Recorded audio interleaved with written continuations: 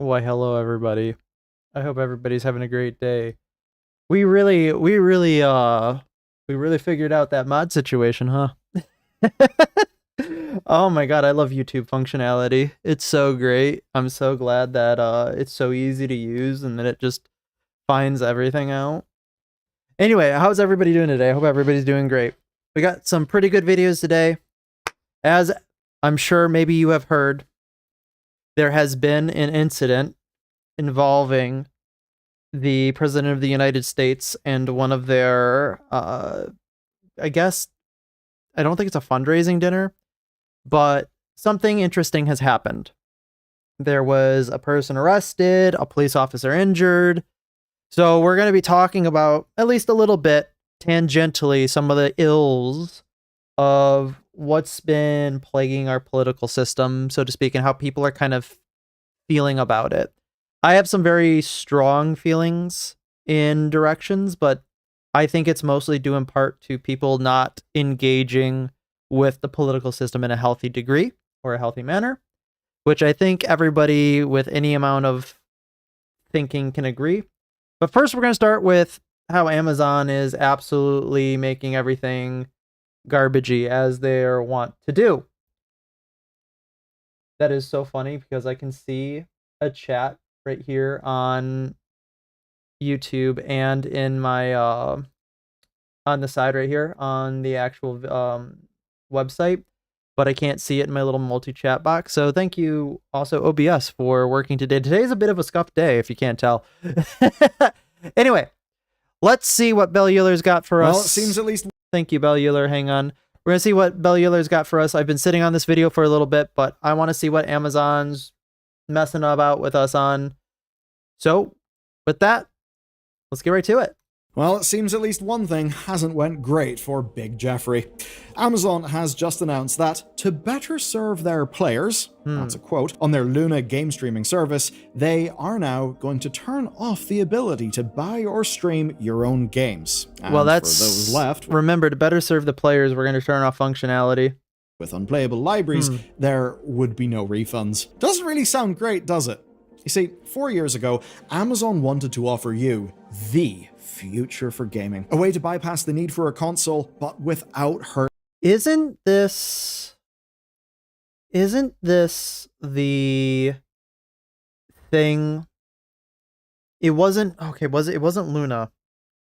But I know a bunch of other streaming services for games really kind of like just disappeared because nobody used them. Your back certainly worked. Awesome. All right. That's great. We're doing it. Game ownership. Look at us, we're real streamers licenses. Now. But hell, they even got the likes of GOG on board, letting people access PC gaming without ever needing a PC. Right. Sounds fairly nifty. But now they've shown us the cost. And that is that when you don't own your own hardware, you are just waiting for the people in control to hit the kill switch and to leave you with a library of games that you cannot play. And this... So, like, that's my entire thing that I hate about subscription services and, like, pretty much every industry is that you're not paying to own it. Even though it says, oh, you can totally own this. It's like, no, you're not paying to own it. You're never going to own it. And I don't like that. Especially because what happens when the service goes away? Once the service goes away, you're just left with an empty library and a bunch of spent money. It just, it makes me, huzzah. Oh my, there are a lot of buttons. I hope you get comfortable with the mod rule. There's gonna be a lot of things, a lot of buttons. I know that YouTube kind of does silly things like that. This is not just a little story about how, oh, you'll own nothing and you'll like it. This is actually something far worse. That they're going to take everything away from games, air quotes, own, and just be left with no way to play them. Yeah, you have the software locked behind an unserviced other bit of software that you need in order to access it. It's like, oh, okay. Let's get stuck in. Now, if your response to this video was, wait, what? Amazon has a game streaming service? That was kind of my response. It started in Not gonna lie. Where Luna launched in beta as a streaming subscription service. Basically, Amazon Prime Video, but for a library of video games. Hey, mods, no fighting. You two are supposed to be working together as a team. Grumble. and with a similar channel-based model. So you would pay for a channel, say the Ubisoft channel, just like you'd buy your Paramount Plus. It even had its own controller. Hang on, I want to go back to this. So Luna Plus, okay, they've got some Sonic games. They got Control. All right, Saints Row. All right, Family. I don't care about that. Retro. Okay. Prime Games, Devil May Cry 5, the Ubisoft Plus channel, which I can't imagine why anybody would ever pay more than $2 a month for that, and Jackbox Games. Why would anybody want this? Like, I get it. Yeah, you can get access to a lot of games with like a small amount of money, but if you're going to buy a game, you're not going to buy a service. You're just going to buy the game. Like, I can't see anybody, like, sure, there's probably going to be some outliers out there who'll be like, oh yeah, this totally worked for me. 99% of gamers are going to look at this and say, why would I ever want this? Like, this is not for a gamer. And if you're not making it for a gamer, then you're making a product that's never going to sell. The Ubisoft channel, just like you'd buy your Paramount Plus. It even had its own controller. You could play through any screen. It was on tablets, it was on smart TVs, and like most Nobody Amazon bought things, it was fine. It worked. It was relatively cheap, and over the next 5 years, it came to many, many different countries. But in 2022, they took away the beta. The service. Well, I wonder why, because probably nobody used it. I would love to see the numbers behind that. I would love to see the numbers of how many people actually use this service and consistently used it. Not like signed up for it, uses it like once a month, and then doesn't log back in for it. I'd like to see somebody who consistently logs in and plays this, because I don't think they exist. Launched fully, I don't. And with that, they did something new. So, aping one of their competitors, GeForce Now, they would let you play your own video games through their service if you had the right accounts be linked up. But of course, Amazon's strengths don't stop there. They are good at stores. They know about leverage. They know about scale. So they went further. And they used that scale to cut deals and to build custom integrations. And that meant that on Luna, you could play your existing Ubisoft game, or you could actually buy new games from Luna itself. So you could get ownership of games, asterisks, license. Right, did that work through Steam? Kind of wondering like how that works, because like obviously you'd have to integrate with another system and another, and I don't know if Steam really integrates to things like that, which is or isn't good or bad. I think it does, because they can go to the Epic store, they can go to a bunch of other different storefronts, or the Origin store. So I think there is some amount of integration there. I've just never seen like all Luna integration though. Game that is independent of needing expensive hardware. Right. And by 2024, the ownership angle had actually gotten stronger, like actually stronger, because it was in the form of a GOG store right from the Luna service that is still DRM free. You could buy Cyberpunk, own Cyberpunk, and play Cyberpunk even if your PC could not meet the recommended specs. Right, so this is through Luna though. By the way, I already have a problem with like with cloud gaming and streaming games, because like the quality isn't like, the quality and the latency is already kind of suspect in my opinion. I couldn't deal with it. I mean, if somebody else really likes it, I mean, that's on them, but like I couldn't do it. Because it's on GOG, no DRM bullshit. Like, that's actually a case where you basically do own the game. And when we think about the strategic optics here, it was them partnering with the ownership and preservation focused gaming storefront. It felt like an actual statement, and in many ways, it would solve the temporary nature of subscription services by selling customers on the idea of building up a permanent game library. But as it turns out, the idea was only as permanent as the interests of Amazon's executives. Right, because A, it probably made no money, and B, nobody used it. Which, as we're about to find out, have been rather fleeting. So this got caught up in the big macro story, which is so anybody Amazon who bought a getting game out on games. this, they've been getting. So anybody who bought a game on Luna, basically Luna said, well, sucks to suck, you no longer have access to it. Out of games like, for you the last own the 6 game months. And the first through thing Amazon, they got out of was but there's nothing to play it. In October, no one of servers to play it off of. New World saw most of its staff laid off, and a new MMO that was in development had its development ended. They sold off an in development. By the way, this whole New World stuff has been an absolute disaster for Amazon. Like, catastrophic. Dieselpunk MOBA to Ubisoft. They pulled out of publishing a driving game from ex-Forza leadership, but it still seemed like Luna was... You know, I'm gonna make a controversial statement here. Amazon shouldn't be a game studio. I know. Anybody who wants to boo that, go ahead and boo that. My controversial take, so to speak, on that is, I don't think that Amazon has a vested stake in actually making video games because they're not a video game publisher to begin with.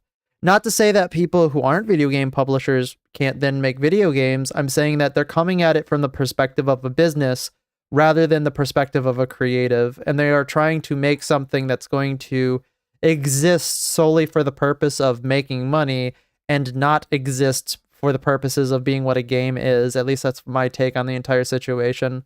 So I hate to say it, but I'm pretty sure Amazon's game studio was destined to fail from the very conception and beginning.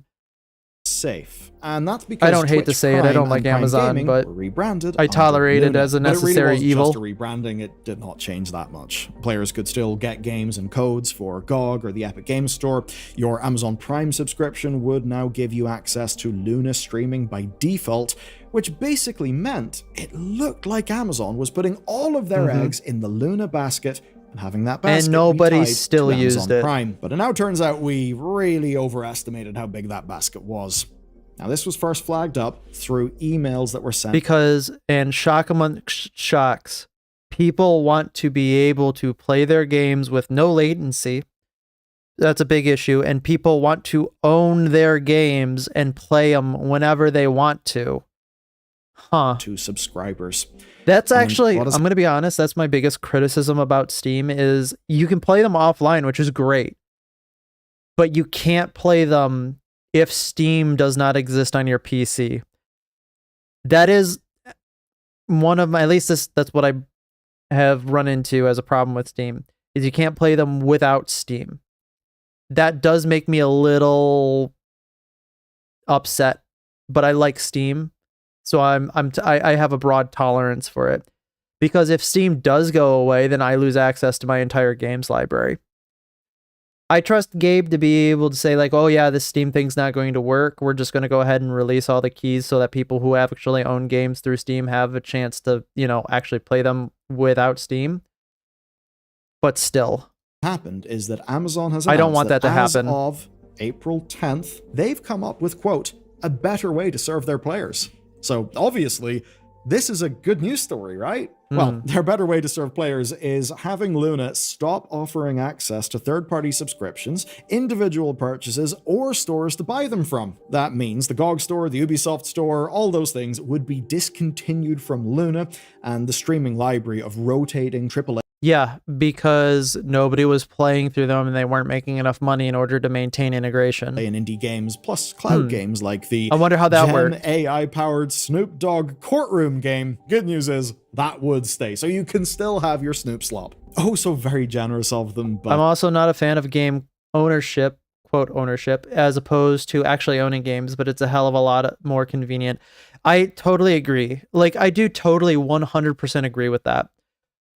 I am so happy with the integration, or sorry, the convenience of being able to just open up a program on my PC and have my entire library in front of me. But I want to physically own it, not a license to the game.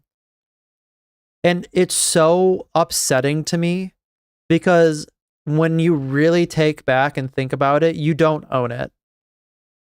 It's just, it really does make me upset. I wish there was an easier way to integrate it, but there's like I can see why it is the way that it is.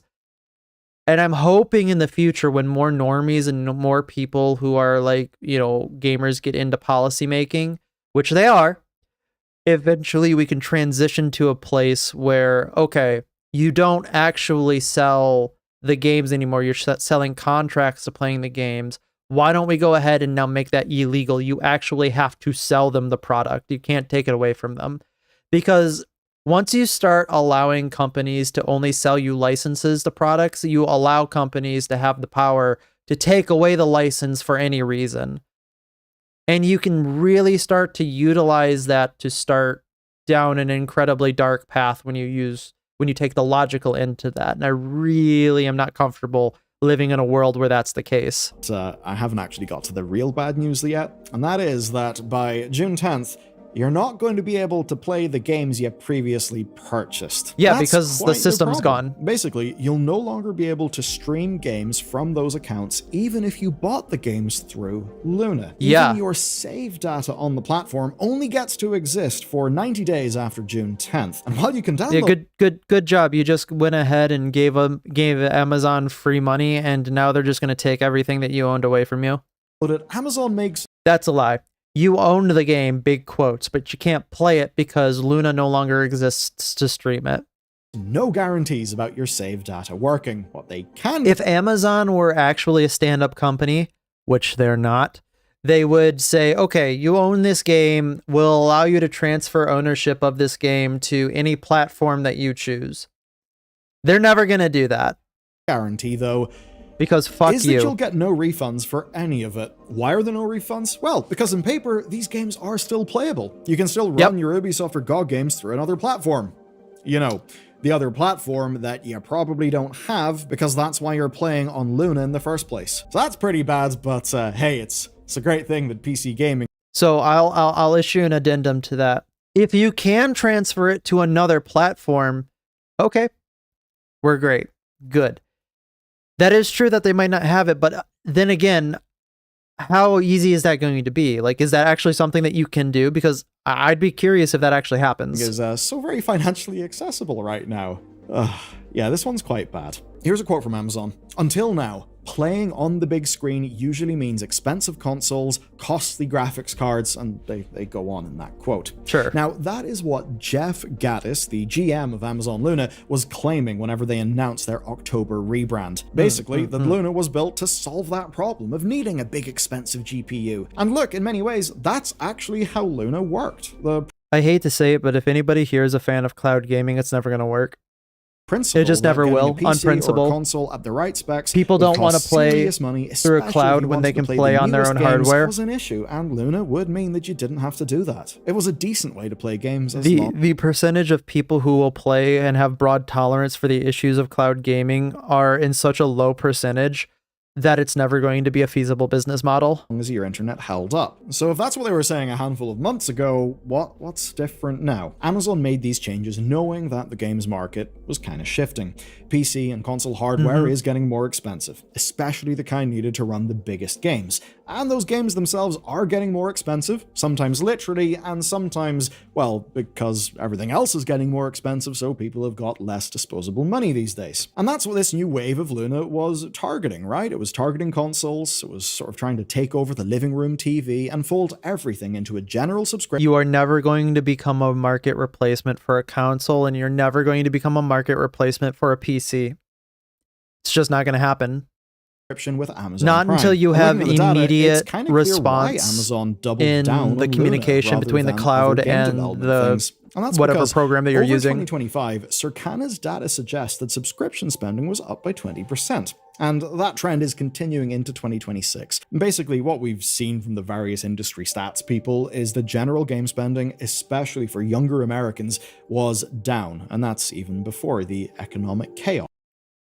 I'm going to make a guess to say that general spending is down on video games because no real good video games have come out.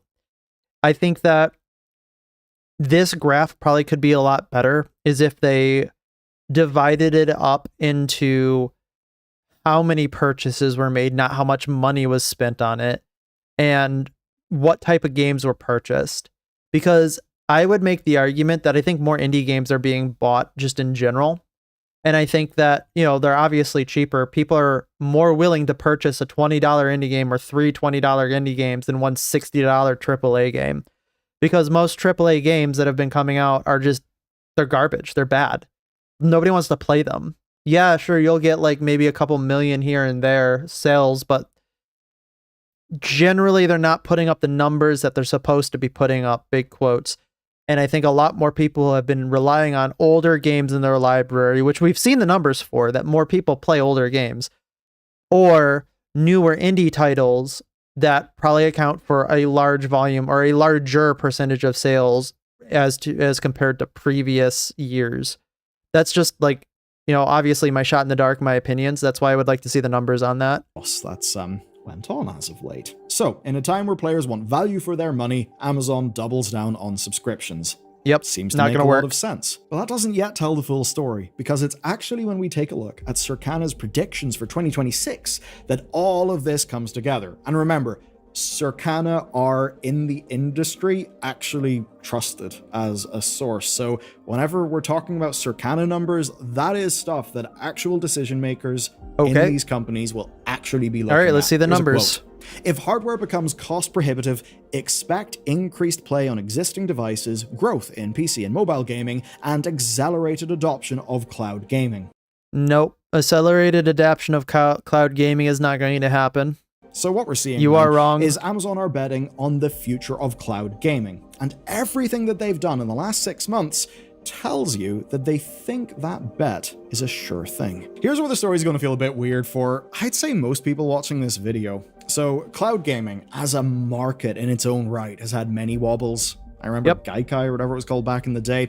Most recently, though, there's the fall of Google Stadia in Who has a Stadia now? 2022. Oh yeah, that's right. No which, one. Truly does feel a vast period of time in the past. History's moving too quickly. Anyway, at that time, Google had tried to build a big platform, just kind of like the console makers did. And Google had big, high-profile executives attached to it. They had first-party studios as the bedrock of their plan. Just think of all the acquisitions Google made. And nobody played it. Obviously, it didn't work. And that's partially for Google's own internal chaos, but also because most of the US and large chunks of the rest of the world somebody's doing yard work outside, really so if you hear that come through my mic. Where streaming beats just running a game on your own hardware. Now, of course, there's another service in existence, GeForce Now, that gives you access to much of... I have never interacted with GeForce Now. I don't know anything about this, and it keeps advertising as I have a GeForce graphics card or NVIDIA graphics card, and they keep saying, hey, this exists, and I keep telling them, bro, I don't have this graphics card to play cloud gaming. I have this graphics card to actually own my own fucking games. Your own library, but you have to build that library yourself off platform. But unfortunately for it, it's relatively messy to make work for non-technical users. Look, I know you might think, oh, come on, that is so I can simple. imagine It'll that. take no time. Well, that's because you know what to do. And often with non-technical users, it's not the literal steps that are the problem, it's that they can't really conceptualize what they've actually got to do to make this thing that they don't really understand work. But you know what that kind of user does? I can empathize with that thought process 100%. If it comes to anything that has to deal with tech, I'm just sitting there staring at the screen and hopefully I just manifest it working. I don't understand anything about tech. Understand? Something like, say, Netflix like, I'm so bad Game with Controller app. It actually works so well that GameFile says it was the top downloaded app during the US during the Easter holiday, and it's consistently in the top 25. I tried list. it once a while back, a bit more lag than I wanted, and I had to wait in a 30-minute queue. You had to queue to play a game. Oh my god, no. That is my worst nightmare. Also, I'm assuming that when you say lag, it's just like the input lag, right? So it's like you'd do something and then there'd be like maybe like a half second between you, maybe even an imperceptible amount of time, but perceptible enough to make it feel weird, where it's like you'll do something and then like the controls will be sluggish or something. Like that's what I'm talking about, like with cloud gaming, is if you could make it so instantaneously when you input a move or some type of input command, it would just immediately work like it were like honestly on your hard drive. But I don't think you're ever going to get to that point. I think it's nearly impossible to do that with the way that we have the infrastructure for the internet now. So that's why I say cloud gaming's probably doomed, because it doesn't feel good to play. Like, not only do you not own your stuff, not only do you not own your own hard drive or hardware, but you also have to deal with all of the externalities of playing through the internet, where it's just like, okay, why would I do this? Like, why would anybody who wants to play a video game, like actually wants to play the video game, do it? Like, maybe some people could have broad tolerance for it for like an hour's worth of playing, but We're not talking about the 1 hour Andes who only play like a game an hour a month because they're not their customer base. This is supposed to be for people who are like the 10 to 15 hour a week game players that are going to actually utilize a subscription. Nobody's going to sit there for 15 hours and have a slight input lag, as you just said, and be able to just sit there and deal with that. Like, I couldn't deal with it for more than an hour. Like, I think I'd be at my limit. Right, it wasn't as bad as you expected, but, you know, it's also not as good as you would have expected either. And those problems compound through hours of play. Like, if you were to play an hour of that, it'd be like, okay, yeah, sure. But now you have to play 3 hours of it. That second hour is going to feel twice as bad as the first hour, and that third hour is going to feel thrice as bad as the first hour. At least that's been my experience. Because it just gets worse. It's just like, oh god, okay, now I got to do this. I've never even thought about doing myself. Maybe that's the same for you. Evidently, a lot of people are actually playing video games on their TVs right now, and they're doing it through nothing more than their Netflix subscription. And that's because that subscription has given them an easy entry point. And what we see now is that Amazon wants to follow suit. I'd also assume that if you're playing it on like a Netflix subscription, that's a gateway to getting actual hardware.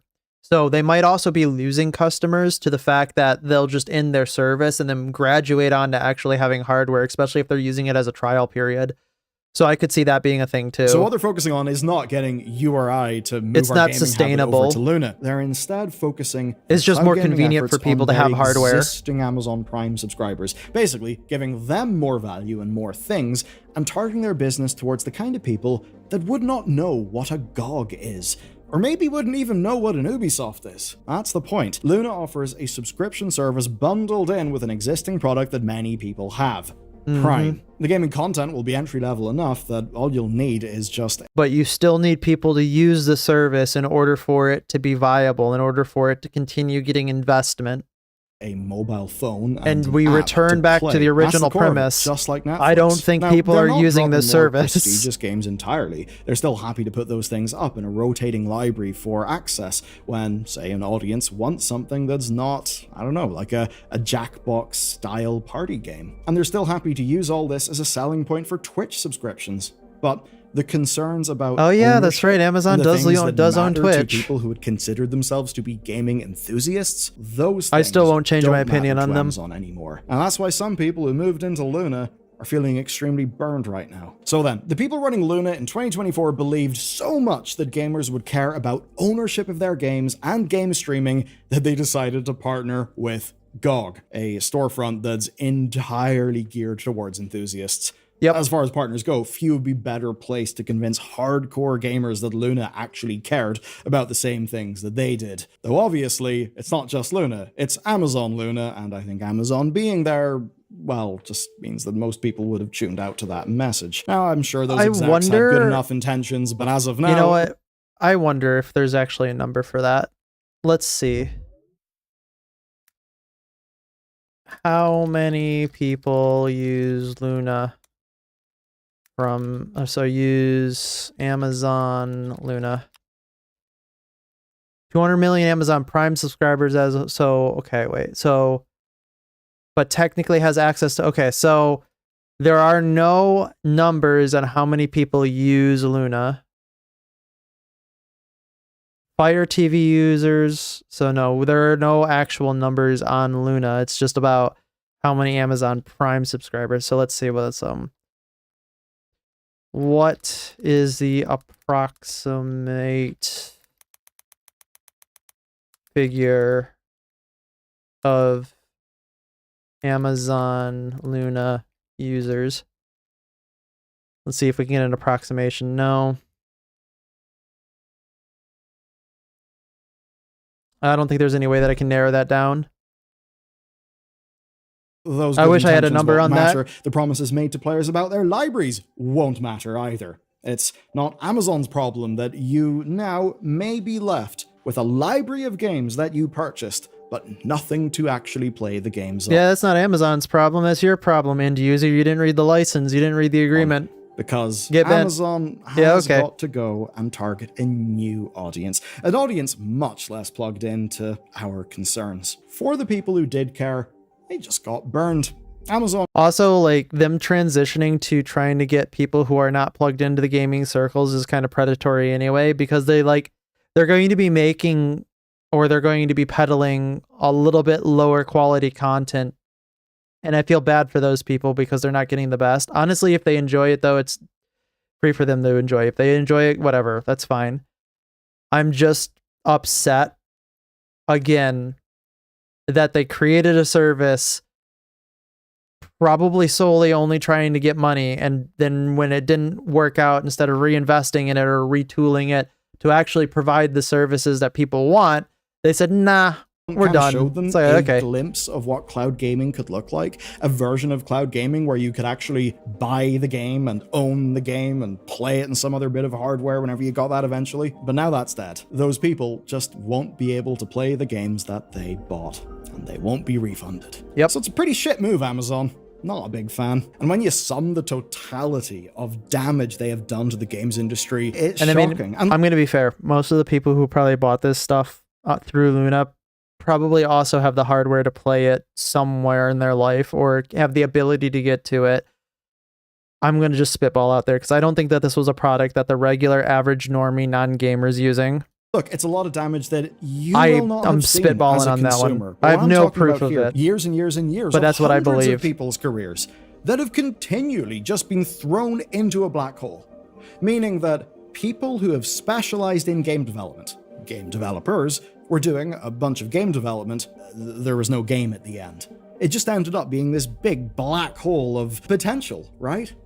They have done so much damage, and fundamentally, it's why a company at a scale I think like anybody Amazon who was paying attention could have called that Amazon's services were going to fail. Something like, say, gaming, because it's just not important enough for them to do right. And it just makes sense. Right, they're more than happy to just cut it and move on. I think a world where companies like this become more involved in gaming is actually a worse world for gaming. But it's not the only story of promises. Because they're not coming from it from a creative, they're coming from it from how much money can I make off of you're gamers. supposed to be paid for months, and then the CEO sends you a message saying, hey, you've done the right thing by keeping quiet about this. Well, that's the next story you can watch in this video.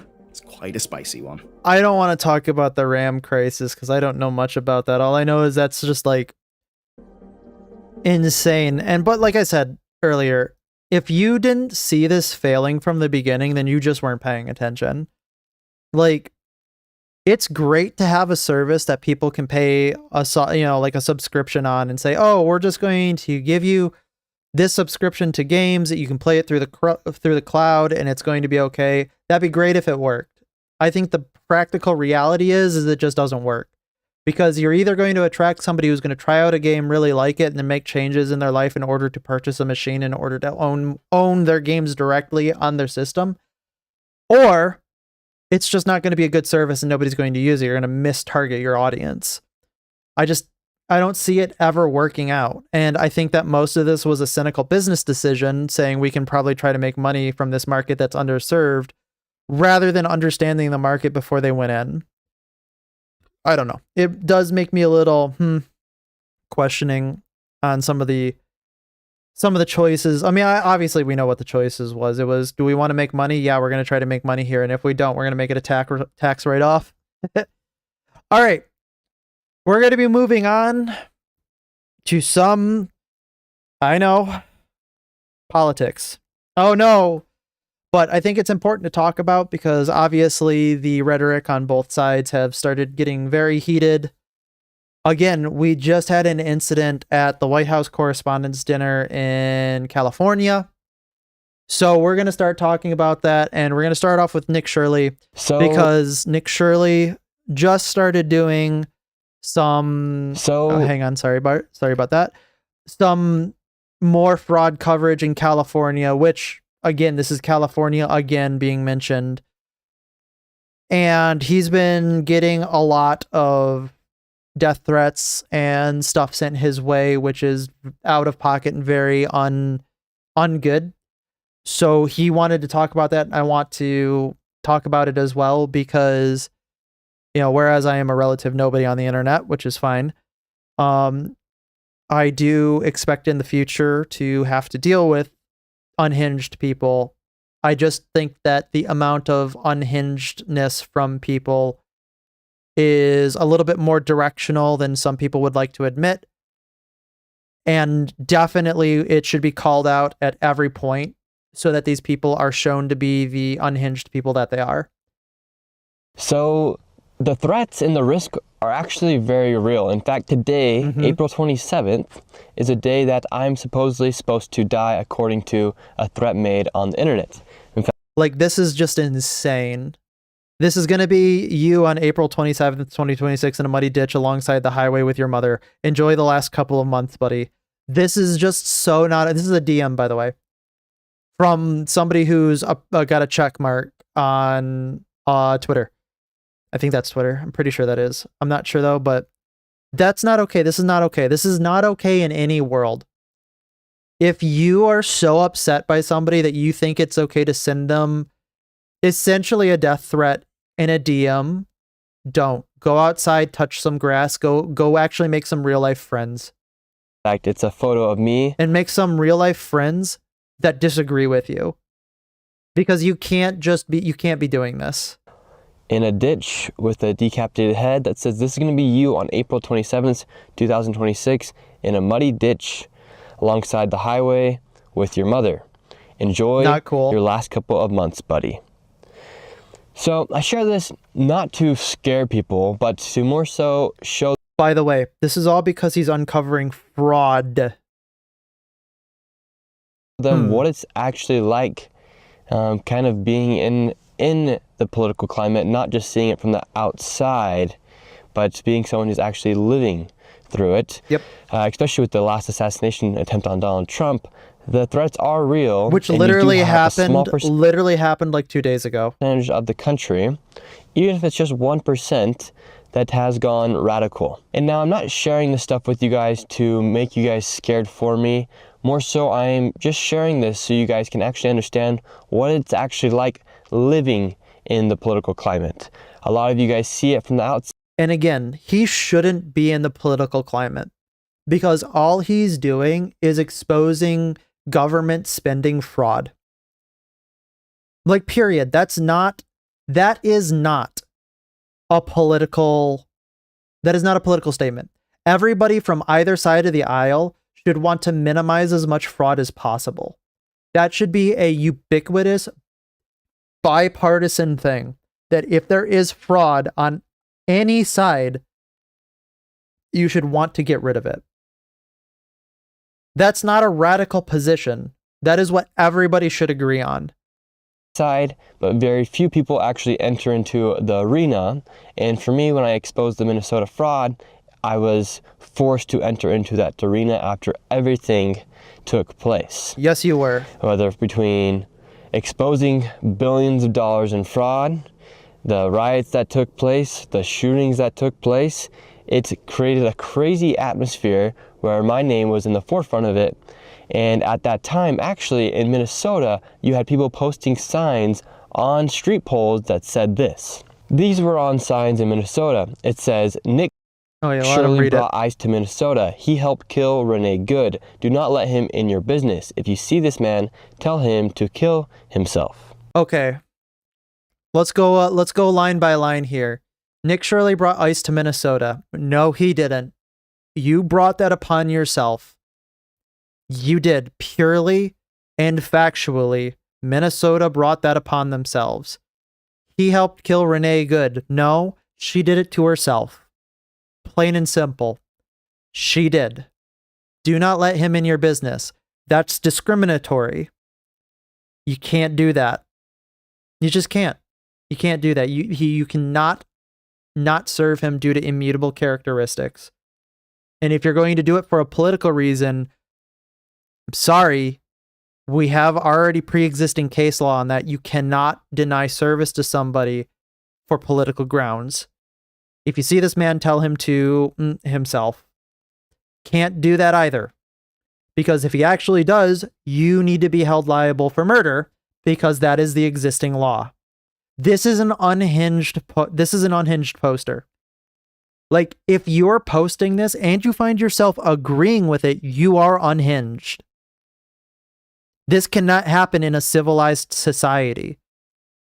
Do not let him in your business. If you see this man, tell him to kill himself. This is just an example of some of the crazy stuff that was said and posted around the internet, and not on the internet, but on... I'll say it for you. I know Nick won't say this, but I'll say it for you. This is fucking insane. It's not just cruddy. It's absolutely fucking shitty behavior by people. It's literally parentless behavior. Literal street polls inside of Minnesota. And a lot of other stuff took place, such as people saying Charlie Kirk needs a sequel. Again, unhinged. Send Nick Shirley hate mail. He needs to be deported to Russia so he can be a Nazi there. Nick Shirley is a That is... Okay, I'm gonna get heated by that. Nazi. I can't. Nazis don't This is so ahistorical, it's funny. deserve to live It's actually in the kind of funny. Midwest, and we are kicking them all out until their ideology is dead. You will pay for your... Also, we're devaluing words by calling people things that they are not. Just like purely on the basis of it being afactual, it should already be like immediately thrown out. crimes, don't worry. You will pay for your crimes, like finding fraud. And at the same Okay. time, you have the people these people listen to watching clips of very popular streamers on the Oh, internet. are we going to talk about him? Are we going to talk openly about saying stuff like this? the big man himself? My understanding of it is that We are. property owners who have properties there choose just not to rent it at all. Yeah, By the way, again, if you do not have any amount of personal discerning in your life, and you unironically believe that this is the correct mentality, you are the problem.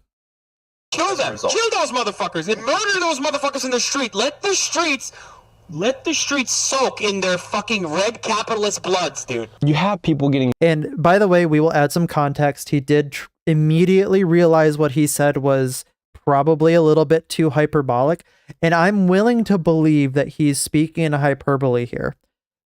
He added at the end, in Minecraft. Okay, sure. I'll give him the plausible deniability. What I will not give him the plausible deniability for is that even though he probably was likely speaking in hyperbole, people do not take it as hyperbolic. People take it as literal. That's the issue. You're not speaking to your audience in a way that they understand. You're speaking to your audience in a way that they want to understand. You need to be more clear about your hyperbole if you want to claim that as a defense. I'll give you that out. I'll give you that grace. Whether or not I believe it is immaterial, but I'm willing to extend that. I just wish that it would be more clearly stated. riled up. In fact, in Minnesota, you even had Ilhan Omar in the back of a truck bed riling up protesters. They even canceled school. And it led to even more people going out into the streets of Minnesota. But I'm talking about these threats because they actually are real. And after they tried to assassinate Donald Trump for the fourth time, I figured, all right, I'll share my experience with this, as people are openly making threats to me as well. Now, these are just a few of them. I still get threats consistently when I go travel now. I have to have security, and it's all for exposing fraud, which is a bit... Which should be bipartisan. And if you are for the fraud, you should also be investigated. crazy to think that for exposing billions of dollars in fraud, now I've exposed $2 billion fraud industries with what happened in Minnesota and also what happened in California with the hospice. Which, by the way, that the homeless situation with fraud has been a major problem ever since I've been alive. Just to give you context, like, I have bore witness and know for a fact, and even have anecdotal stories, that the homeless industrial complex of people who are making money off of them without actually giving them any amount of care has existed for the years that I've existed. Not only that, but also the amount of government fraud has also existed. Like, I remember listening to, and I know this is probably going to date me horribly, but I remember that I was listening to the one, the only Rush Limbaugh on the radio when I was a very young child, because my dad listened to. And he was talking about stuff like this every day, pretty much. It's existed. And sure, you might have your own opinions about Rush Limbaugh. That's fine. You can have your own opinions about him. But the fact that we've been talking about it for, we're just going to say 5 decades, because that sounds about right, and nothing's been done on it, is insane to me. And now when somebody does finally massively call it out to the public, they get treated like this. Something's there. Like, this is not, it almost feels manufactured. I'm not a conspiracy Andy, but if I were a conspiracy Andy, I might start saying that it might be a little bit more manufactured than people would like to believe. And the Medicare fraud that took place there underneath Medi-Cal. And that fraud is so big, and this fraud that's taking place inside our country is so big and so deep that you're seeing it. It's very hard to unravel because that's how intertwined the fraud is. People in Minnesota have been charged and have been caught for fraud in the autism centers, in the daycares with Feeding Our Future. In fact, the daycare that I visited in the video. Hang on, let me go back to that. Honestly, oh, my dogs are going crazy. Sorry about that. I mean, it's just a reality of living with dogs. I think that we need to have more publication about this, because I didn't even know that. Like, I didn't know that this happened. These need to be national headlines, like wall-to-wall coverage. People need to see this. This needs to be everywhere. Every media outlet should be covering these. Autism centers in the daycare. That's important to Americans. In fact, the daycare that I visited in the video that had received around $3.6 million was that daycare that was running Feeding Our Futures. And when I showed up to their daycare, there were no kids. In fact, that lady who was running that daycare even tried to flee to the United Kingdom, but was stopped at the airport. Tried to flee to the, hey, do you want this person in your country? And then she pleaded guilty here inside the United States. United Kingdom so mentioned. These people are getting caught. However, the prosecutions and these arrests are taking a lot longer than we all want. But the fraud is very real. And for you to expose fraud inside the United States, you'd think it'd be celebrated, especially by the governments inside of these states. However, as you guys have seen time and time again, the governors then come out defending the fraudsters versus the person exposing the fraud, creating this weird paradox where their radicalized group of a small percentage, the public that they're trying to speak to and the public that they're trying to get their votes from, then has that little subset of people who actually are radicalized. And they then go after the person exposing the fraud, while the majority of the country. Again, I think there is a little bit of a problem here with that. And it's a problem that a lot of people don't really want to come to terms with, because if you then look at it in terms of there are radicals that are willing to go to bat for whatever it is that you want to claim that they're going to bat for, because it's kind of immaterial, then you have to come to terms with the fact that the system needs to be analyzed everywhere. And the system itself doesn't want that, because it wants to continue functioning as it is, because the people who are benefiting and profiting off the system have a negative incentive for that. That is a massive uphill battle, but I'm happy that normies are finally starting to wake up to what's happening, because that's going to precipitate the reforms that are needed. I would say about more than 90% of the country is happy that this fraud is being exposed. Yes. We all pay taxes. This is a 90-10 issue. This is a 99-1. This is a 99-1 issue. If you are in the fringe minority that does not want this fraud to be exposed, you are the problem. And we don't like to see our money go to waste. However, when politicians, for instance, Governor Tim Walz, is exposed, and this billion-dollar fraud ring that's been going underneath him is exposed, he is never going to be indicted or convicted of anything because he's too high up with enough plausible deniability down the chain. His staffers might. He will never be touched, which is a shame, because I think that he has a lot more involvement in it than he is either admitting to or the system is admitting to. The problem is once you start opening up the door to the system coming in and removing, quote, political opposition, close quotes, or clearing house of higher up level politicians, that can be weaponized very fast when the levers of powers change. So I can understand that there needs to be a certain broad tolerance for mall actors, so to speak, in high up positions in order to maintain somewhat of a balance of power. However, my personal opinion is that I think that Tim Walz should probably be brought up on a lot of charges. He should probably have a lot of indictments coming his way. And I hope that we can be mature enough and get there. I doubt then it, comes though. out and says that you are a white supremacist for going after the fraud. You're a delusional far-right conspiracy theorist. Yet another word that now has been completely redefined to mean nothing as far right. However, he then drops out for running for re-election because of the fraud. That's how deep it is. But yet he wants to perceive you to the public as if you're some delusional far-right conspiracy theorist or that you're a white supremacist. I'd rather be a delusional far-right conspiracy theorist than whatever it is that allows fraud. For exposing And the a fraud because a lot of normal people are getting to the point where they are going to agree with that statement. that makes you look like the bad person. Meanwhile, less people think about what he has actually done. Or Ilhan Omar being in the back of a truck bed, riling up protesters And that is scary. to go against ICE and abolish ICE.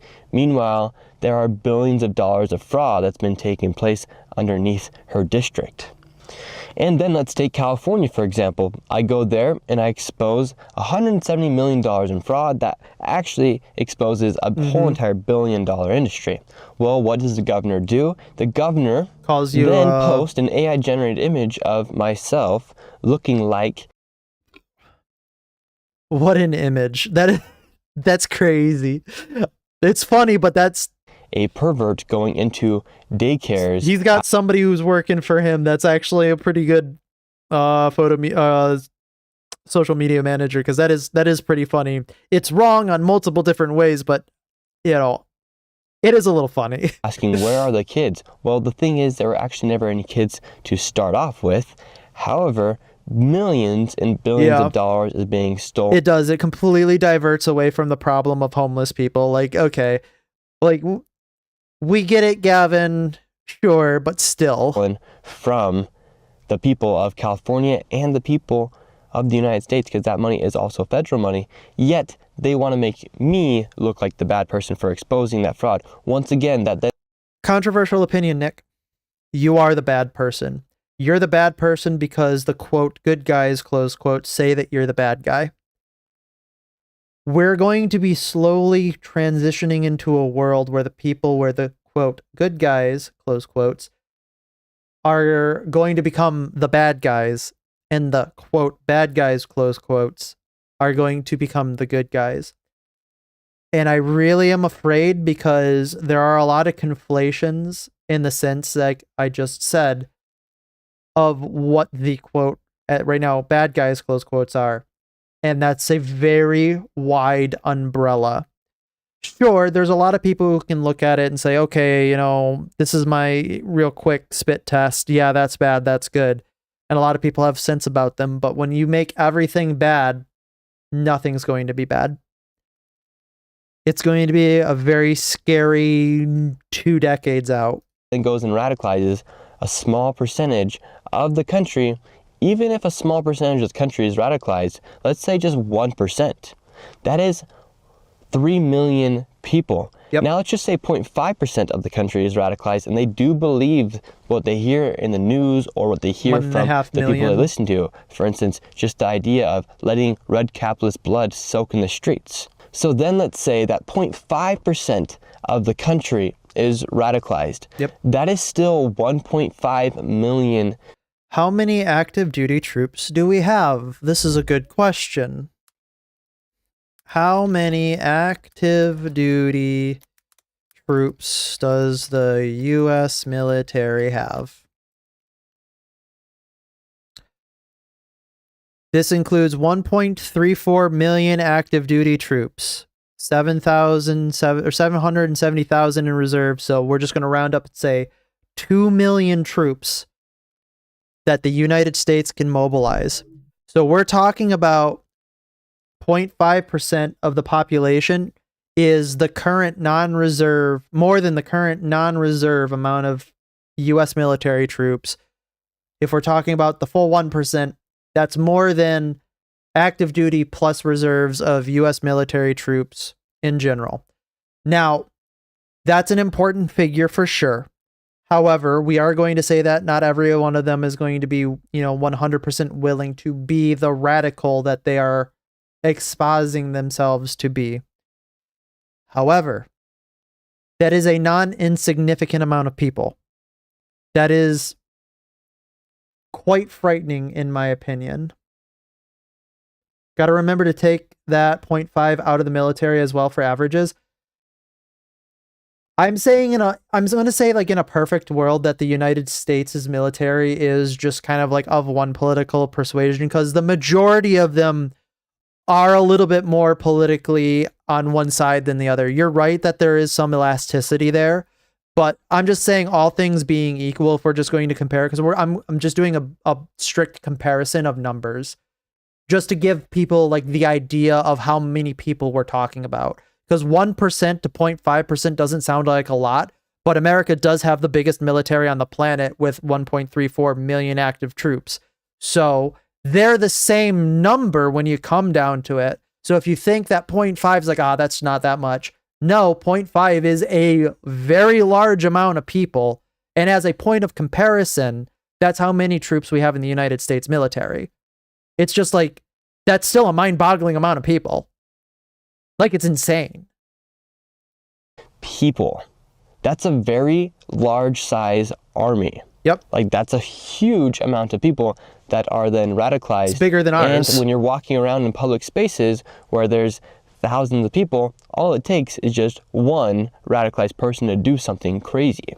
And when you think about that, it makes you realize, yes, out of 1.5 million, if we're going to say like 0.5, that's a lot of chances for one person. So think about 1 in 1.5 million. Usually you have 1.5 million chances to get one crazy person to do something.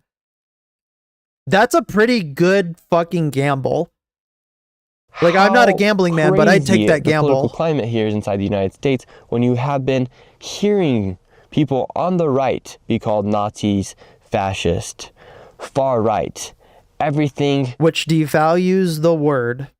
To then make the radicalized 0.5, 0.1%, even if it's 0.1%, that's still 300,000 people. Yep. So you have a small percentage of the country who are quite literally radicalized into believing that they need to go out and kill you. They need to go out and stop you because you are a far right fascist. You are a Nazi, when in reality, you are nothing even close to that.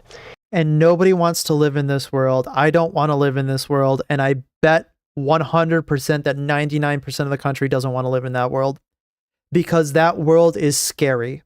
That world is terrifying. That world is, if you are a normal person, you are, if not the first target, the secondary target. You don't want that. You do not want that. Even if you are one of these radicals, you don't want that. This is no way to live. And so they use these trigger words to then radicalize a small subset of the country. And it's actually working. That's the terrifying part. We had Charlie Kirk, who was brutally and horrifically assassinated. Should have never happened. In front of thousands of people. I don't care if you disagree with him. I don't care if you hate him. I don't care if you think he's the worst person on the planet. You should not do that to anybody. They could be the literal worst person on the planet. You should not feel that it is your moral obligation to kill somebody. Period. There's one radicalized individual who then went and took his life. You've had 4 people try and kill President Trump. I received messages. Which, by the way, is insane. That is insane. Think about it. The amount of presidential assassination plots, like big ones, we're just going to say, I don't know how many minor ones there have been. We have experienced, I would think, more in this last 10-year period than we had in the previous 50 years, I think. I'm saying because if memory serves, it doesn't seem like that many people have tried in earnest like this and gotten to the point where we've had blatant attempts on the president's life in any of in any amount of years. Like I cannot believe that I live in this time. I honestly can't believe it. Not only that, but we've seen violence in other countries like Shinzo Abe. We've seen a lot of violence that's politically motivated in a lot of other European countries, including like the French like protests and stuff like that. We live in what I would consider to be an incredibly violent time, even though it doesn't look like it on the surface. Is frequently it is insane. Saying that they're coming for me or they would like to kill me, which is quite frankly a bit crazy. Then you walk the streets and all people are thankful for you for doing what you're doing. Yep. Which is great to see. However, like I said, even if it's just 0.1% of the population, that is still 300,000 people. Say it's 1%, 3 million people, which is a large army. And so when you think about what's happening in the country, it actually is a bit terrifying, and we are leaving farther and farther away from just the common sense or the idea that people won't even have conversations with other people or be friends with others because of your political beliefs, which again is also insane. And I have the privilege of living out of time, so to speak, because I was born in kind of a weird juxtaposition of generations where I truly was one of the last generations to remember a time before the internet. Like just purely. And it is so different than nowadays that it is, or like at least one of the last generations of current modern of age adult Americans that that aren't considered old. And I know that's a little bit of a qualifier, but I think you understand what I'm trying to say by that. Where I remember a time where I could go to school, have a conversation with somebody whose family is a completely opposite side of the perspective of politics and be best friends with them. My parents and their parents got along, even if they did get maybe a little heated about politics, but they still got along and respected each other. And nowadays, nobody can do that because nobody's willing to live with the cognitive dissonance. I've got friends from across the aisle who I know are part of the across the aisle, and they obviously accept me as a friend too. And we can have conversations like that. But that is slowly becoming more and more rare because people don't want to live with the cognitive dissonance or can't live with it. And it's very frightening. I'm going to keep coming back to it's frightening only because I have no other word to call it except frightening. And I'm using frightening to do a lot of heavy lifting to put a lot of different feelings into the way that I view it that aren't exactly explicitly said. I think that should be a thing. I think you should be able to have friends on the left. You should be able to have friends on the right. And at the end of the day, you can come together because when you read the Constitution, I've always said, and I've looked over and been reading it and studying it over the past few weeks, I think the most important words are the first three words that say "we the people." It never said "we the people" on the Republican Party, "we the people" on the Democratic Party, we need the best for our party. It says "we the people." Like America was created to bring forth. I mean, I think the full quote is "we the people hold these truths to be self-evident" is also a pretty important thing of that because it really informs the amount of the time that people lived in. Is that they said, first and foremost, of course, we the people, saying that everybody in the umbrella under the Constitution hold these truths to be self-evident, meaning that what they are about to say should be something that all people innately at their core and by their nature view to be true. And I think we have lost that along the way because we now view two different truths in two different spheres at multiple different times. There is no shared truth anymore. A better society, and we are the best society. Every other country had thousands of years to do it. We've had 250 years to do it, and everyone to this day wants to come here. They want to know more about the United States, yep. And we are the powerhouse of the world, essentially. Everything runs through the United States. The dollar is supreme for a reason. And that's because of what made America great in those first 250 years. And now for these next 250 years, what's that going to look like if we can't even have a conversation with a Democrat and a Republican? It's actually very terrifying. And I want to make Well, it makes, I'm gonna be a doomer here. It makes space for an incredibly strong leader who will eventually come through and clear house. Again, this is me projecting fear. This isn't me saying that this is what I want. I fear the day that we have a strong, like an incredibly strong leader who is willing to do as much as possible to bring the country to heel, or rather to bring the people to heel. Because once that starts happening, it will never stop. And I don't want to live in that country. But every day that I live is another day in which we inch closer to that until we wrest control from these radical lunatics on, you can claim either side, you can say not either side, but when the normal people finally wake up and say we cannot have this anymore is a better day than the normal people electing a person to fix it. And it's a lot easier for somebody to elect a person to fix it than it is for everybody to take political responsibility and call out when people are being absolute radicals. this video.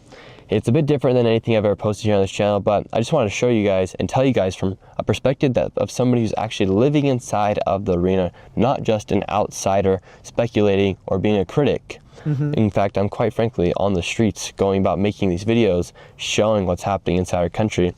And from the perspective of just of everyday Americans, our country is so huge and diverse, and it's so big and so amazing. And the perspective and point of view you get from people out in public is what actually makes journalism great, is because you actually need the source from the people. You don't need the source from somebody sitting behind a podcast It's so desk. funny because it is true that frankly, most people come up to him and saying they appreciate what he does. That's what I personally try to do, so people Which, by the way, is completely insane to me, because usually people are not motivated to tell people things that are positive. People are a lot more motivated to tell people things that are negative.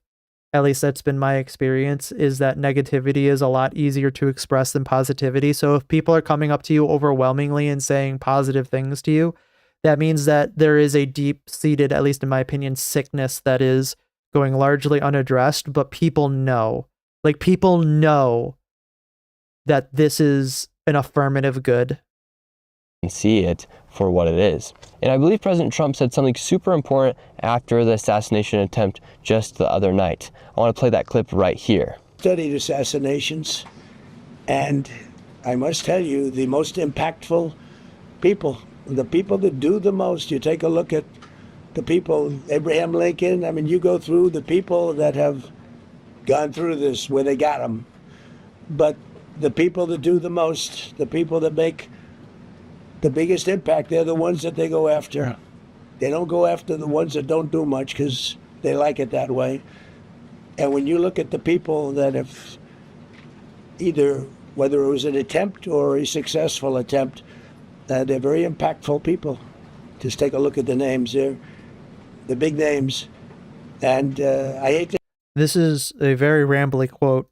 say I'm honored by that, but I've done a lot. We've done a lot. We've taken this country. To translate, I think what he's saying is that the people who are the ones that are most targeted are the ones that do the most in terms of people that are not happy about that. working And now, if you towards look a at the goal. past as far as who's been assassinated between Abraham Lincoln, MLK, John F. Kennedy, Charlie Kirk, they are going after people who are doing something good for society. They only go after the people that are actually creating an impact. And for that same reason, I believe that's why people come after me for exposing fraud, because it is making an impact and it is taking down billion-dollar fraud. And They are not coming after you in the same sense as an assassin. They are building the infrastructure by which they can justify your assassination. They are not coming directly to do it. They are hedging their bets on a radical coming out to do their own dirty work by excusing them in perpetuity, by castigating you as the worst type of person on the planet, which is the most nefarious way of going about doing something. To be honest, if it were me, I would much rather, and like if I were in Nick Shirley's position, which I'm not in Nick Shirley's position, and I thank God every day that I'm not. But if I were, I would tell them to just straight up come at me at my face instead of trying to make a permission structure around my extrajudicial killing. Because if they're going to do that, at least don't be a fucking pussy about it and actually just say that you want to kill me. Industries. Like, come at me. Like, if you're actually saying it, come at me. I'd much rather have that, because then at least you're being honest to yourself and you're being honest to the world. Something good and you're doing something impactful, a sign that you're doing something good is actually by receiving pushback from the opposition, because we've learned that the fraudsters do complain the loudest, and those that are committing the crimes are also complaining the loudest because they don't want their crimes and their fraud to be exposed. Well, yeah, because they don't want their gravy train to go away. For the common good of the people, be ready and expect the opposition to come after you. It's just a sad reality that we are living in. I don't think that it's going to change anytime soon. In fact, again, I think it's expect that the opposition is going to create a structure by which it is permitted to go after you, which again is the most insipid way of doing it, because they are not themselves holding culpability. They are alleviating culpability on the part of a radical actor, which in essence, they are aiding and abetting a crime, and they need to be held accountable for that. It might only get worse. So I just want to share this perspective with you guys. It will get worse, unfortunately. And it will get worse before it gets better. What happens in the private. For instance, if people are calling you all sorts of things and creating all these sorts of narratives and lies in the public, what happens to you privately is a bit different. The perspective from an outside then affects who people think you are actually. And for instance, in my case, I remember I exposed this fraud, and I remember just receiving like an onslaught of messages, both positive and negative, from people I haven't talked to in years. And some people are obviously in support, and some people are saying like, why are you doing this? Like, what's this? Like, calling you all sorts of stuff, when in reality you're just going about doing a public service. Or Jesus you have Christ, a dude. lifelong friend who is no longer your friend for simply just exposing that, or family members who just stop talking simply because of that, or just friends that one day you're talking, you're having a great conversation. If you have a family member who castigated you over this, I am so sorry that you lost a family member, but or lost somebody who would talk to you in your family. But at the same time, like, I want you to be able to reach through the mud to that family member and show them that they are being ridiculously and lunatic and almost clinically insane about it. I hope that they can come to their senses. And before the fraud, and then you expose the fraud and never ever to be seen again. It's just really weird stuff that happens when you go out and you do something that does make a difference. And that's just kind of the consequences. To add an addendum to that, if you have a family member who believes something different than you, you are the one that controls how you react to that. If you castigate them and throw them away because you don't agree with them politically, you are the problem. If they castigate you and throw you away because they don't agree with you politically, you can't control them. All you can do is continue to reach out to them and hopefully bring them back to a center, more or less radical mindset. And yes, I know it seems bad because you're like, well, what about them? They have a responsibility too. Yeah, they do. And obviously they're irresponsible. You are the only one who controls your reactions. You cannot control the reactions of another person. It is incumbent on you as the wiser and now more moderately minded person to bring the other person back to moderate mindedness. And it's going to suck, and it will always suck, but that is the only way that you can really have a society. And I hope you never have to deal with that. But what happens when exposing the truth. And I want to share this quote while I wrap this up. There's a super powerful quote. It's by Mark Twain, actually. And it says, "The truth has no defense against a fool determined to believe a lie." Very that true. might be the most true quote. I have my own problems with Mark Twain personally, but he has some very good insight that is encapsulated in quotes like this, and it is very true. ever read. The truth has no defense against a fool determined to believe a lie. You can't convince a fool who's determined to believe a lie to believe the truth. In this world, there are things that are truth and stuff that is not truthful, obviously. And we must pursue those things and those actions and the beliefs that follow with truth. I'm a firm believer that there is truth and there are just stuff that is completely false in this world. There are true truths, there are affirmative truths, and there are innate truths by existence. There are some truths that also can lie. And usually you can tell when a truth is trying to lie by it's trying to bend you to a particular way, like in a particular direction that seems in discordance with the truth that you're being exposed to. I don't really have any like examples immediately offhand. Obviously, I wasn't like thinking that I would need to have them. But as long as you are doing something that follows the principle of doing the least amount of harm that you can do and also encouraging the most amount of cooperation between you and another person, you can start to look through that framework to see, okay, this is obviously not true, or this is obviously trying to lead me in a direction, even by it being true. I'm not going to do what they're prescribing as the reaction to it. And it's our responsibility to seek the truth, go after it, and pursue it. And don't be that fool who's determined to believe a lie. And thank you very much for watching this video. If you do want to help support the work that I am doing, you can go to antifraudclub.com. There we have hoodies available, other ways for people to support as well. It's a crazy time we're living in, and I thought this video is a crazy time that we're living in. Extra perspective to what's happening inside our country. And too many people are trying to get clicks now. The truth doesn't matter. Unfortunately, you are correct about that, in the sense that like people will immediately start to try to lie to you just on its face because it's a comfortable lie, but they want to believe that lie to be the truth. Like, I think the truth does matter though, in the abstract and also in the affirmative, in the sense that when you do tell the truth to somebody and they understand it to be the truth, they almost immediately come and change their way of thinking in order to be more in alignment with, I would say, the positive virtues of being in a society.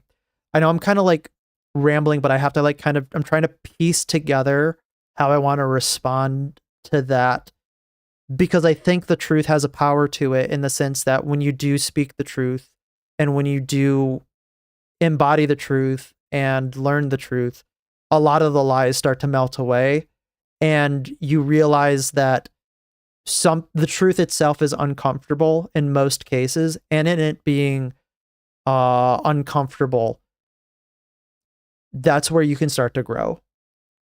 Another thing that I really think is important is that when you really look at it, in order to live, you must be uncomfortable, because the world is an uncomfortable place to live. And if somebody is trying to profess to you that there is a comfortable way of existing, then they are the ones that is the lie. Because it is, you're never going to be comfortable. Right. All right. We've got another video that we're going to move on to. It's kind of in the same vein. Also, welcome to the channel, by the way. Thank you for your comment. This is going to be, it's a little bit of a different one. This is Amir Odom. I've suggested his channel to people before in the past. I really like Amir. I've been watching him for probably about a year now. He goes against the grain of a lot of people's preconceptions because he is a African American. He is gay, and he is a lot more moderate, and he has come off of the side of the left because he used to be very in line with the left's political opinions, but he became really good friends with Charlie Kirk. He was very upset about Charlie Kirk's passing. I really like Amir Odom. He seems like he's a really cool guy, and he's got a lot of good insights that I like to kind of check some of my biases by. Years ago, someone like Nick telling the truth would not have been news. Today, someone telling the truth is so unreal it becomes news. I think that one of the funny things is years ago, if you told the truth, you wouldn't be news, but that's because they try to push you out of the news cycle. But now it's just they can lie about you. It's so insane.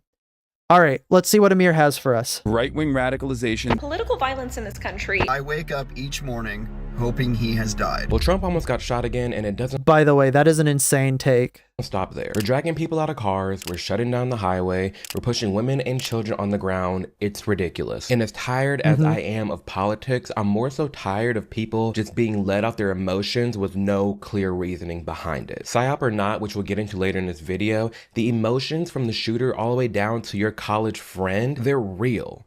The opinions that you're seeing online, they're real. With the stories that we're hearing around in our communities, they're I also have kind of a controversial take. I don't think you should really be as emotional as people have been being in politics. I think politics should be relatively divorced from emotion, in a little bit of in a measured way, because I think in order to run policy should be very redlined. Like, this is what the effect is, and it shouldn't take into account an emotional weight to it. And if you find yourself making decisions based on emotion, I think that you may be approaching politics from a wrong angle, because I think that clouds the effective judgment of what is effectively going to be happening. real and they matter. In this video, we'll be discussing it all, why political violence seems to be on the rise, why some people think situations like these seem to be planned, and ultimately what we do, you and I, how do we move on from this individually, and how do we create a better society to coexist with each other. That's what we'll be getting into. So if you like this kind of honest and real commentary, be sure to subscribe, and let's get right into this video. All right, so this is the event. They don't even realize what is even going on.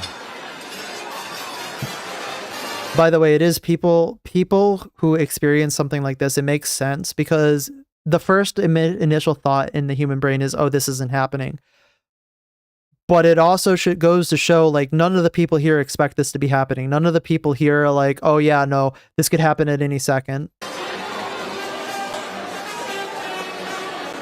And I bet you if you ask any of them, they'd say, I didn't want this. That's how I found out about this. And as soon as I saw this go down, I ran over to our longtime sponsor, Ground News, to see exactly what was going on. Hey, in the midst of Ground breaking news like News. this, it can be hard to figure out where to go to get more information. So instead of scrolling endlessly on X and Instagram, you can immediately come here and see exactly what's going on. I Ground need News to is a get a Ground website News and mobile app that makes subscription. reading the news so much easier because it gives you the full picture of what's happening in our world. I mean, within minutes, they had this page up with over 900 sources regarding details on its correspondence dinner. Well, yeah, shoot. that It was allows us to huge quickly breaking see news. opinions from the left, the center, the right, the amount of sources, the bias distribution between it. You can see how they're framing the different headlines between the left, center, and right. It gives you everything you need all in one page that's easy to read. This is the exact reason why I have been using Ground News for well over 6 years at this point. It makes me more equipped to talk about the news with you guys because I'm actually seeing all the news for what it is. Because if you're someone that's out there that says, oh, I get my news from CNN or I get my news from Fox, all you're saying is I get my news from the left or I get my news from the right. But with Ground News, you actually do get the news from everywhere and everyone all in one spot. So if you want to get started, be sure to tap the link below or scan the QR code here on the screen. Additionally, using those links are giving you 40% off the Vantage plan, which unlocks all the cool features that we've gone through in this video, and that price comes out to like a coffee a month, which is more than worth it in this day and age with all this breaking news and what's AI, what's not, what's real, what's fake. And if you want clarity, this is where you go. So again, if you want to see the news from a level playing field, I highly recommend you give Ground News a try. I wake up each morning All right, hoping here we he has go. died. That's insane. If you wake up each morning thinking somebody or wishing that somebody has been dead that is a political opposition to you, you are insane. I go to bed They are living rent-free in your head. each night hoping by the time I get up in the morning, he has died. You have a pathetic existence that you have structured your entire existence around somebody who you have no control over. Like, go outside, touch some grass, go get a hobby. This is a teacher. There are some, That's a teacher. Of course it's a fucking teacher. Why wouldn't it be a teacher? Why wouldn't it be? Honestly, this is why I'm glad that some teachers have social media, because they should completely be fired. You shouldn't be thinking that as a teacher. You should be an open-minded type of educator. You shouldn't be doing this. Like, that's insane that you would even be allowed to do that. That you even as an intellectual thought that this was okay. know, deranged people on the right out there. I'm sure they exist, but you didn't see this common regarding Biden or regarding Kamala, just openly saying, I want. Right. It did happen. There were deranged, unhinged people on the right, but it did not happen to a degree that it happens to Donald Trump. And in addendum to that, everybody unanimously said that when somebody did that, it was bad. Nobody, like, people are not in unanimity in condemning this, which is another problem. Them gone. Like, this is insane, and it doesn't stop here. So when it happens, I want to be awake and aware, and everybody. You see how they're creating a permission structure about it? They're not saying what it is because they already imply what it is. You and I know it. Everybody knows it. You know it. I know it. Everybody knows it. Everybody knows what this woman is talking about. But she's trying to create a structure of enough plausible deniability to say, well, I didn't mean that. And if it does, as much as I wish to express that it doesn't happen, if it does happen, they will then continue to say that they are glad about it, thus creating the permission structure around bad things to happen.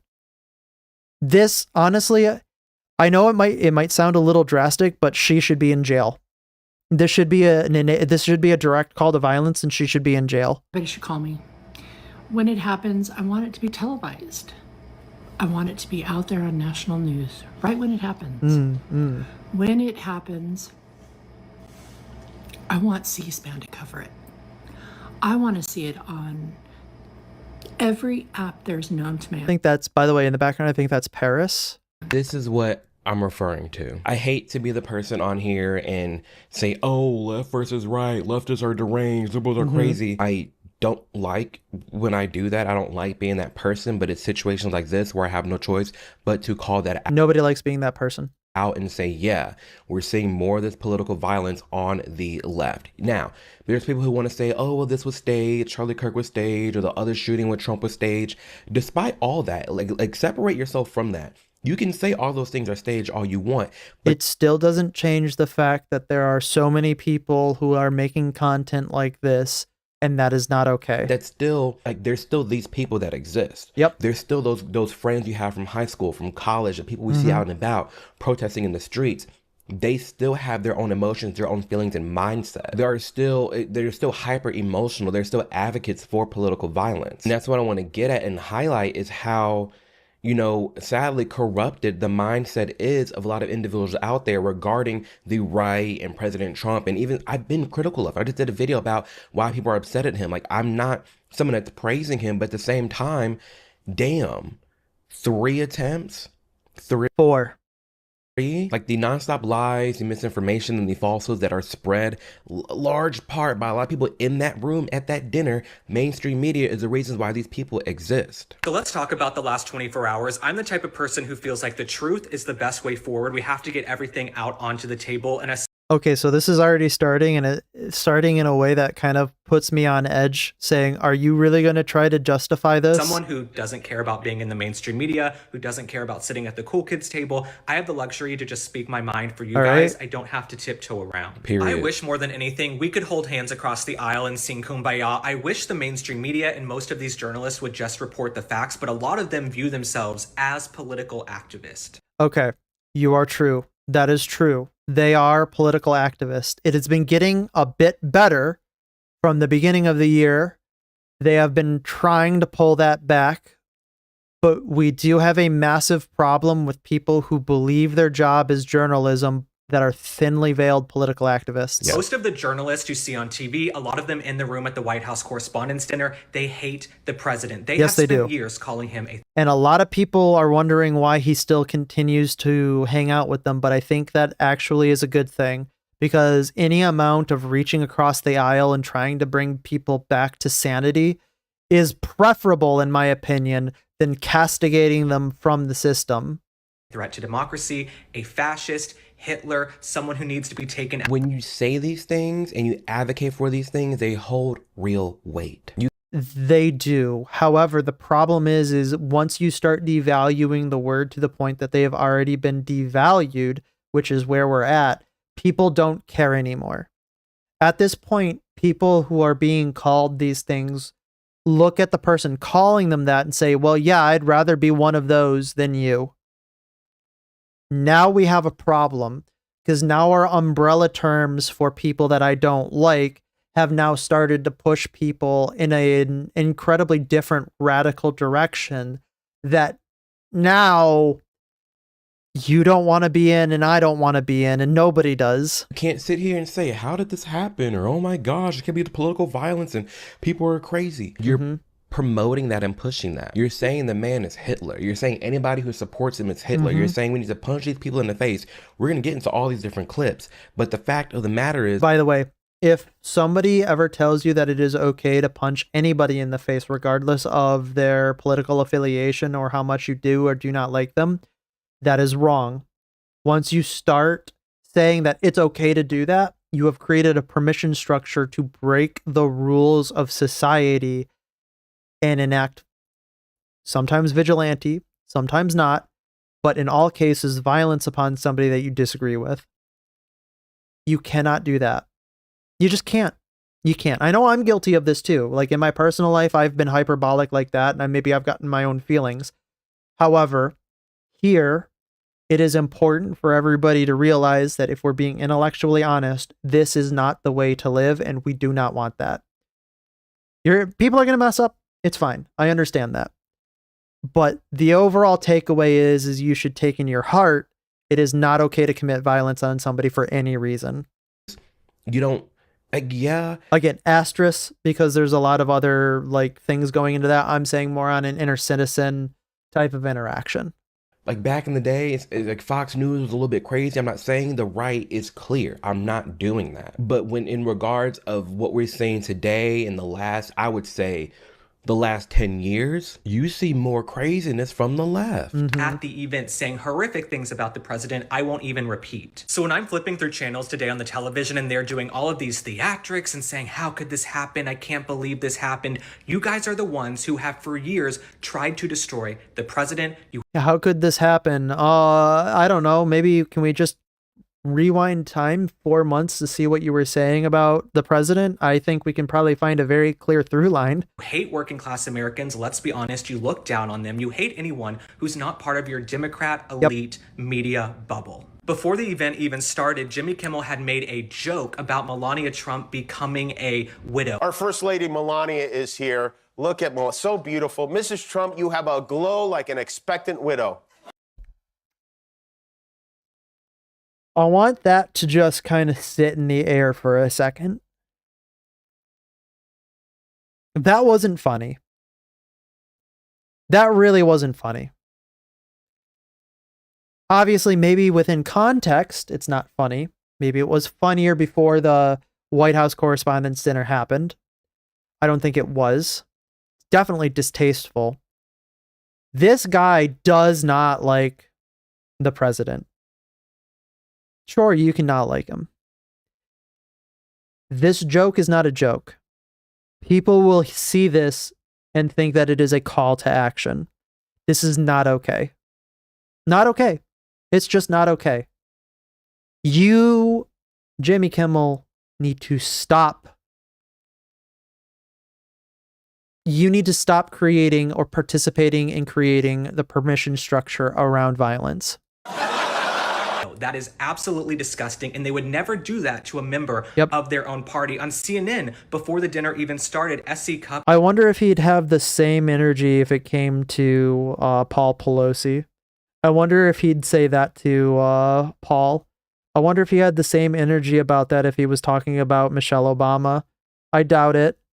Who I guess is one of the Republicans on the panel, she said, Trump wants us dead. Trump wants us dead. And she followed it up by saying, figuratively. And if you won't do it to somebody, then you shouldn't do it to everybody. And I thought, he wants you dead? Again, you can't say these things and then be surprised when people act on it or people are so hyper political and like feeling violent. I used to be there. I was crying in the streets with BLM back in 2016. I took in every ounce of media and I put all my trust in Don Lemon and what I was seeing on Twitter and CNN and MSNBC. And I want to emphasize that he has come to rationality. He might still believe some of the same things that he believed when he was a BLM activist, politically speaking, which is totally okay. But he's willing to talk to the other side. He's willing to start a dialogue. He's willing to suspend the violent basal nature of the human condition in order to participate and form society. And I'm saying this thinking that, or assuming and predicating this on, he still is of a leftward leaning policy prescription.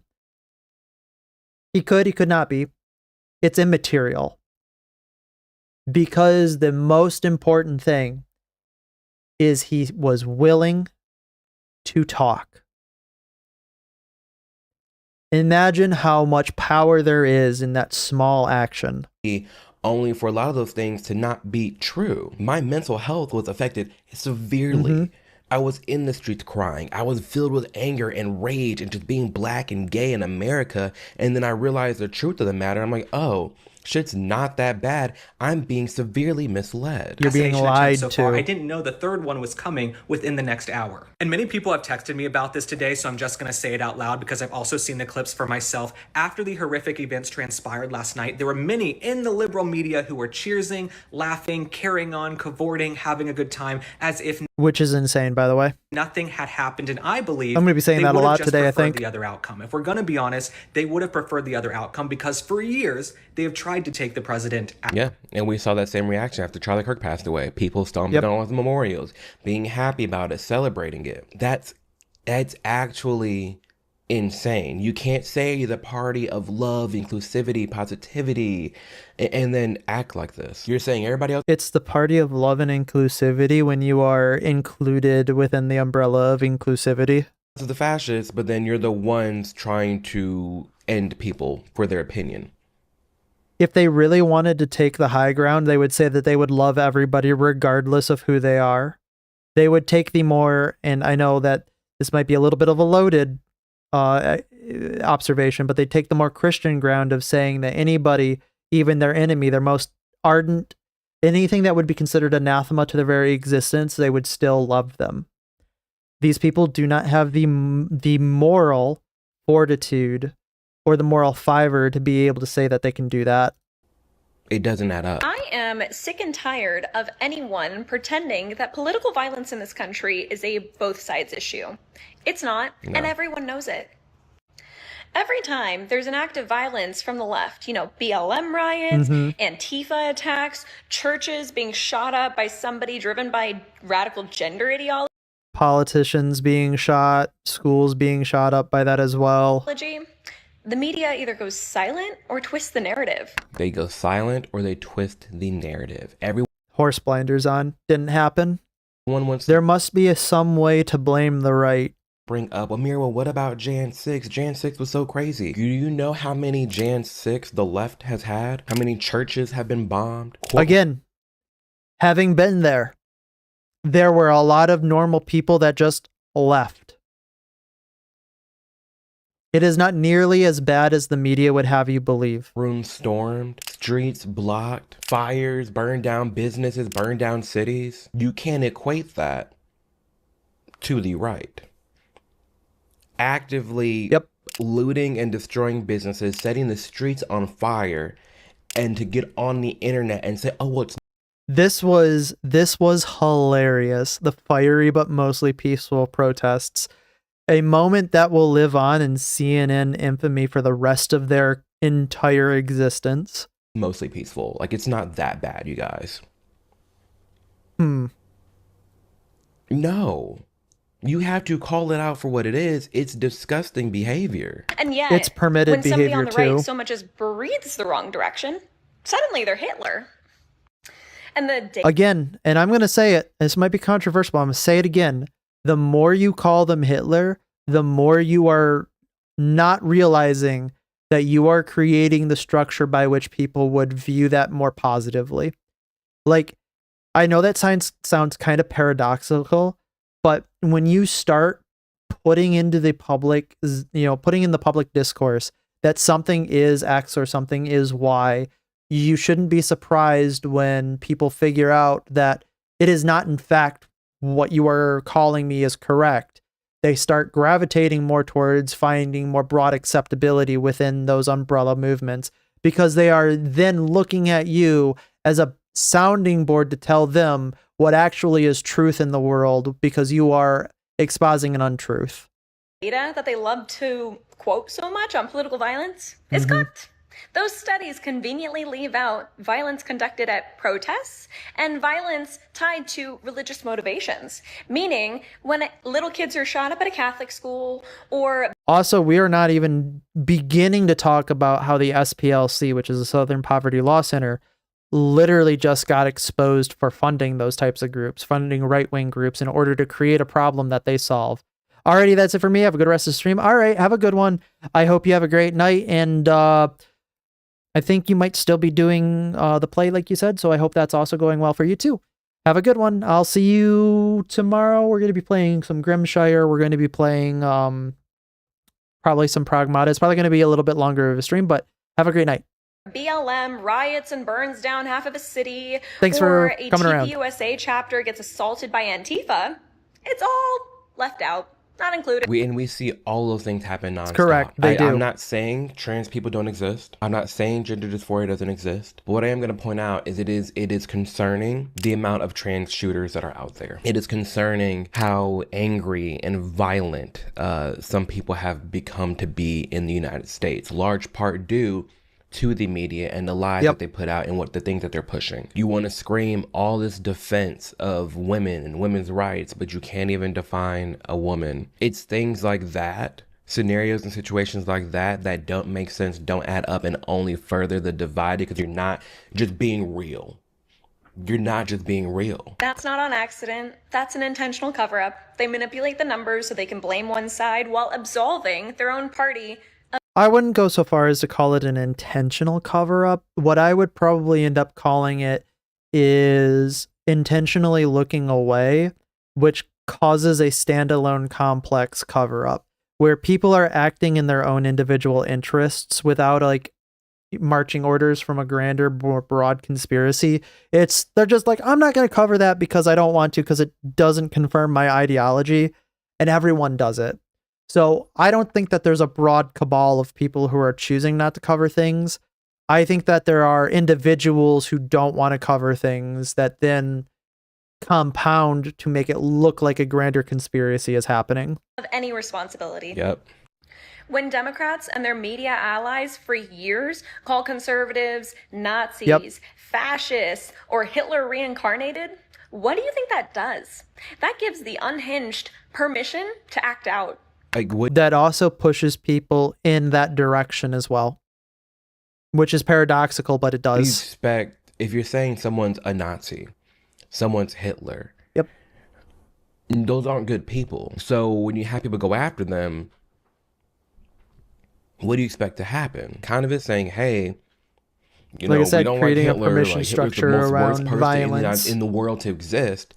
And you're saying everyone is Hitler, they're gonna try to get rid of that. You're fueling that. The number one thing people always go back to regarding Trump is, oh my gosh, he is so racist. What about Charlottesville? That was the first time like they really lied, and I was like, oh shit. Like they're doing this repeatedly. You're changing history, you're changing culture, and you had people, and I'm not talking about the neo-Nazis and the white nationalists, because they should be condemned totally. By the way, this is the full quote. That was the full quote of the very fine people on both sides, where he literally said, I'm singling out these groups of people who are actually not very fine people on either side. So another point in which you have been lied to about what was actually said by, of course, telling you not the full truth. It wasn't an actual lie. It was a lie by omission. There's good people on both sides. He said that after condemning neo-Nazis and white supremacists. When Imagine. he was talking about, oh, there's rapists and murderers coming through our southern border, he wasn't talking about all Mexicans. He was talking about the rapists and murders that even Mexican news people call out and talk about. CBP says that many of the migrants are aggravated felons, sex offenders, child predators, drug traffickers, and drunk drivers. So when it comes to all these people being emotionally charged and angry and just very disgusted at what America is, when you break down why they feel that way. Quite honestly, I have pity for them. I have pity because they are believing the lies of somebody who wants to manipulate them. And I'm going to be completely honest, like I don't really hold it against them unless they figure out that they've been lied to and accept the lies that they have been lying to by willingly believing them. Then they're at fault. But until which time they have been shown the error of their ways, and if they do not then say, okay, well, no, actually I was wrong, and change the way in which they look, I mean, I can't really hold it against them. There's no substance there. It's very easy to fall into a lie. And fed off of all the lies and misinformation that the mainstream media has continued to push. Kind of language isn't harmless. It creates an environment where people feel justified in committing violence against anyone who disagrees with them, morally or politically. So no, political violence in this country is not a both sides issue. It's the direct result of years of demonization, double standards, and denial from the left. It's exactly that. That's what I was talking like the last 10 years. I've seen the most craziest, we've all seen it. And I'm gonna highlight in this video, we've seen the most craziest. It has been happening for the last 3 decades. It has been happening for nearly as long as I have lived. Like a lot of people, I'm not using short-sighted in a negative sense here, but I'm going to be using the word short-sighted. A lot of people are short-sighted when it comes to issues like this because they don't see where things actually began. They only saw where it became obvious. These things have been happening for at least 3 decades. Just blatantly. You can trace its roots very far back. Because it didn't come up to the line in which we as a society gave it any credence, but that's where it really started to grow and to evolve. So in it being so rooted, I would say, it will be hard to remove. I think that being able to see the directionality in which something's going to go from what looks to be a small minor trespass is hard. We definitely as a species can look at something and say, this is the line and this is where it was crossed. We have a lot harder of a time seeing where the line is starting to be encroached upon. Things come out of their mouths from the left, where they're literally push. I'll put the graph up. This graph is amazing. It talks about people like how this graph is like super true, by the way. And I would say that I honestly think that a lot of people in 2008, I would say maybe the majority of people in 2008 were center left leaning. I think that that's probably true, which is, in my opinion, neither good nor bad. It just is what it is. But the center has been the one moving, or rather the left has been the one moving, pulling the center way too far and redefining people as conservative. And I think the problem is there is now a rather large center conservative, center right bias now, because the right had to grow to adopt all of these new people because the left wouldn't accept them. The left has gone further left and someone's just been standing there the whole time like, I don't know what's happening. The left has been leaving the left. It just has. And we're starting to see this a little bit on the right regarding Trump and MAGA and split between conservatives and all that. We are starting to see a little bit of that. But the left has just like completely gone off the walls. I just don't even... The people who are suffering from this the most are the centers, the centrist people. People who are in the centrist say, I want to vote every 4 years when it's my responsibility. I don't care about politics. Too bad. Politics cares about you. And in the next couple of decades, you're probably going to hear nothing but it for quite some time. Know why there aren't uprisings all over the country, and maybe there will be. People need to start taking to the streets. This is a dictator. You know, there needs to be unrest These in the are streets insane. for as long as there's unrest in our lives. These people are insane, by the way. Enemies of the state. Show me where it says that protests are supposed to be polite and peaceful. In the literal amendment that says peaceably assemble. Do something about your dad's immigration practices, you feckless. When they go low, we kick. How do you resist the temptation to run up and wring her neck? Biggest terror threat in this country is white men, most of them. By the way, these are all journalists. These are your journalists, class. I thought he should have punched him in the face. You have all these mainstream people You do not hate journalists enough. on the left just advocating and pushing for violence nonstop. Yep. And want to be surprised when people. And the one thing that you have to realize is they're not actually talking about politicians. They're talking about you. They hate you more than they hate the person that they're saying that they hate. Because you are the one that had it, that actively allowed it to happen.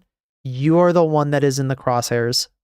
Act out on it. Want to be surprised when someone's willing to do it. Want to be surprised how like people are cutting off friends and family for even having somewhat of a right-leaning view that isn't even that right-wing to begin with. None of this adds up.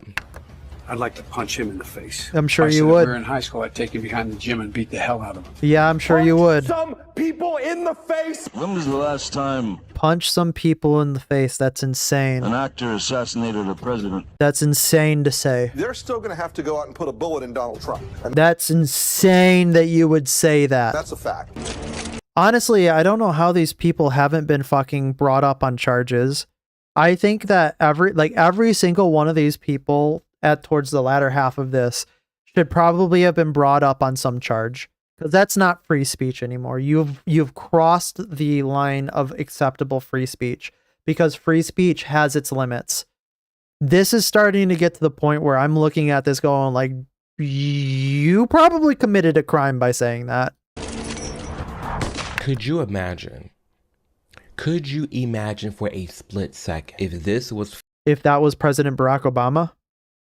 Imagine if the roles were reversed here. Imagine if this was anybody that was not Donald Trump. Anybody who wasn't on the right. Any person who was even within like a small sniff of the left. flipped and you had a fake Kamala Harris up They'd there be like under this the jail. and a white man shooting her Under in the head. jail. I want you to imagine what would happen in the media landscape. I want you to imagine what would happen in the streets. Straight if to jail. This came out and was reversed. We all know what would be happening. That's not far-fetched. His character is stabbed to death. Where is John Wilkes Booth when you need him? I cannot believe Imagine it. Kathy a Griffin. white man, Kathy again, Griffin needs. holding a black. Could you even imagine holding Kamala's She needs to go to head? jail. Needs to go to prison. Oh my gosh. It would be nonstop protest, Honestly, nonstop racism in America. Not that I would ever suggest somebody do this, but if somebody took everything that these people did and remixed it to be on the opposite side, that would probably be the most efficient part of avant-garde art that somebody could do. Because it would expose the system for what it is and would be existent for the purpose of avant-garde art in order to go against the grain. I wouldn't do it, because I'm going to bet you that if whoever does it is probably going to be dragged through the justice system, kicking and screaming and never getting a fair shake. But it would definitely be an interesting part of avant-garde art if you really wanted to do it. This is ridiculous. We shouldn't be doing this. This is so harmful. This is bad. There's double standards. It's non-stop. And then you want to act surprised how political violence is on the rise, or wow, who would have thought? Versus the right. I hate to be that person, left versus right. They both have their faults. But damn it, when it comes to violence, not hearing someone out, canceling other people, the left, in large part, mainstream liberals, they're taking it. They're winning for that argument. They're winning that side, just being that batshit crazy. Now we know that the vaccines Well, nobody's willing work to call well them out from enough their that own the virus side. stops with every vaccinated person. A vaccinated person gets exposed to the virus. The They virus still get it. does not infect them. The virus cannot then use that person to go any. This is if this were a video on Twitter, it'd be immediately community noted. Anywhere else. It'd be community noted to hell. Social media accounts were banned. Yep. Mine was restricted. Yep. For spreading fake news. Yep. For spreading misinformation. For going against her point, Rachel Maddow's point, Yep. and saying, actually, no, I don't think that's true. You should talk to your doctor. In 2021, you should not take medical advice from a news anchor. You should take medical advice from a I don't want to doctor. take this vaccine. Hey, I'm kind of feeling sketchy about this. Hey, you're really pushing this and you're making it really weird. Hey, you're saying if you take this, you're not going to spread COVID, you're not going to get COVID. I don't think that's going to be true. And you labeled all those people far right. That is, by the way, that is also 100% untrue, because even if you get a vaccination, you can still get the disease. The vaccination protects you, but it doesn't stop you from getting the disease. That is like, it is untrue what she said, purely on its face value.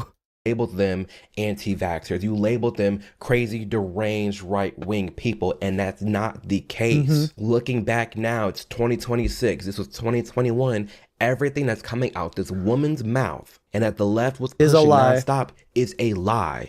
Proven to be a lie. There's like thousands of people who got the vaccine and then got COVID. Hundreds of thousands. COVID. And right here you have someone saying, it's not going to happen at all. And anybody who opposed this person, you labeled them far right. You labeled them crazy, anti-vaxxer. You're quite literally twisting things and creating this divide even more than it should be. That's like all this kind of stuff in these examples. This is what pisses people off. This is what makes people look at the left like, what the hell y'all doing? There is a massive amount of right-wing radicalization that has been occurring, especially in younger male spaces. I would like to know from who that is, though. Everything is and how you define radical. Completely dominated by right-wing politics. If everything is completely dominated by right-wing politics, then why do news anchors on mainstream news studios still exist? Dude, under the age of 30. At whose fault?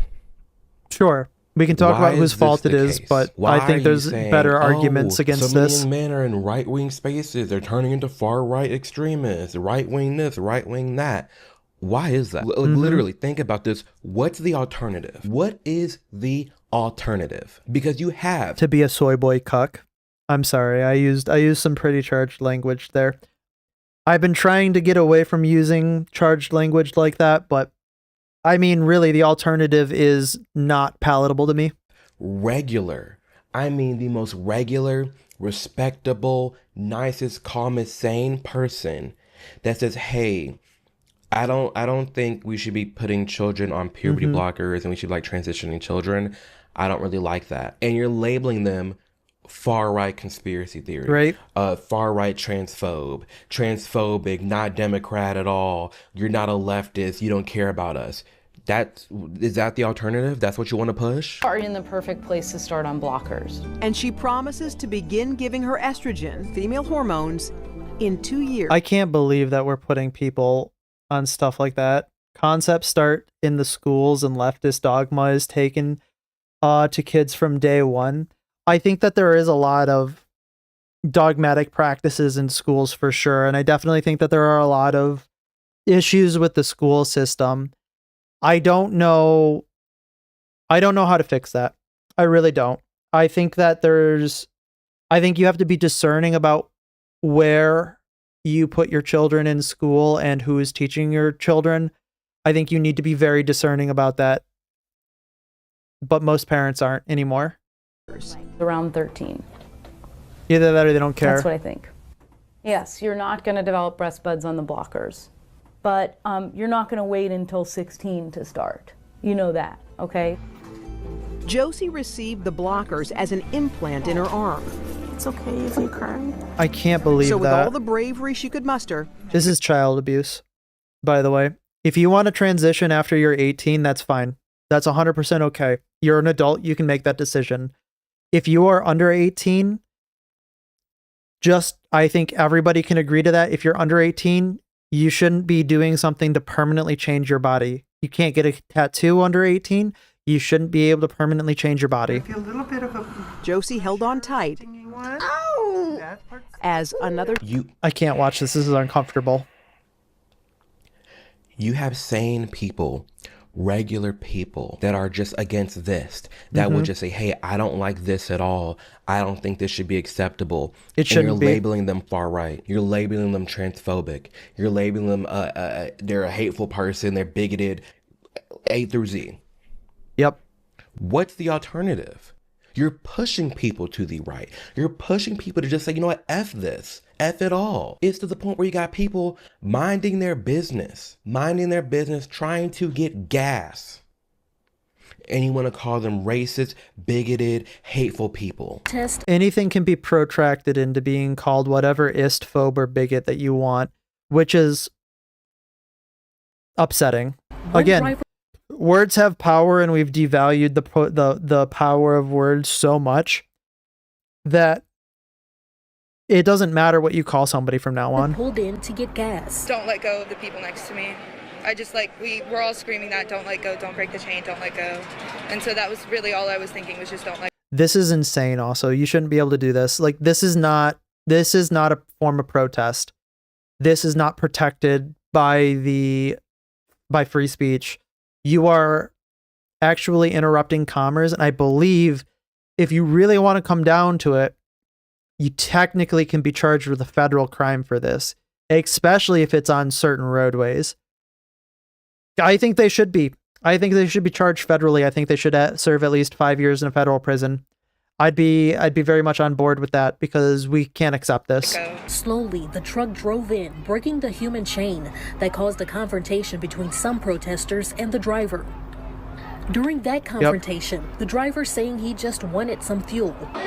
And what? I couldn't deal with this. I'm going to be completely honest with you. If I had to deal with this on a regular daily basis, or even once, I don't think I'd be able to deal with it. The stress would be too much for me. And it's not that like the stress would be too much for me as in like I would totally avoid it. Like, the stress would be too much for me in the sense that like I don't want to engage with this. I try to avoid as much confrontation and stress as I can, because it really does affect me like super, super badly, certain types of stress. I couldn't deal with this. I don't know what I would do. I don't know what I would do, and I don't want to have to be in that situation. I don't want anybody to have to be in that situation, because it's not right and it's not okay. What we saw on today is a white terrorist, a domestic terrorist, run into peaceful protesters as we were demanding. You are not peaceful, and you are not a protester. You are not peaceful because you are actively trying to cause harm to somebody in the abstract by not allowing them, by denying them business, by denying the business, and by denying people their freedom of movement, which is another protection they have underneath the Constitution. You are not a protester because you are an activist. You are not protesting something. You are, well, you might be protesting in the sense of you're protesting something that you don't like, but you are being an activist in order to cause harm, to regular people. You are the terrorist, not them. Change to come from this. Shut your ignorant black ass up, please. Thank you. For the love of God, please. At least he can say it. Thank you. This is stupid and idiotic.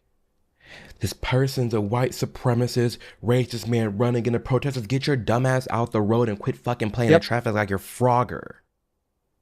That's not how you protest. Half y'all don't even know what you're protesting for.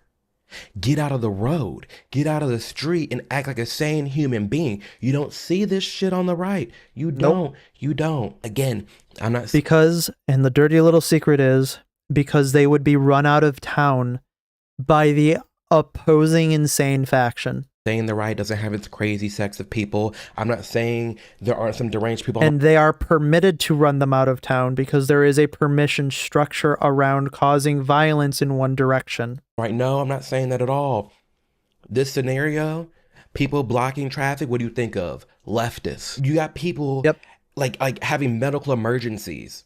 Like literally ambulances being stopped in traffic because someone wants to go play Frogger in the street because they mad about us.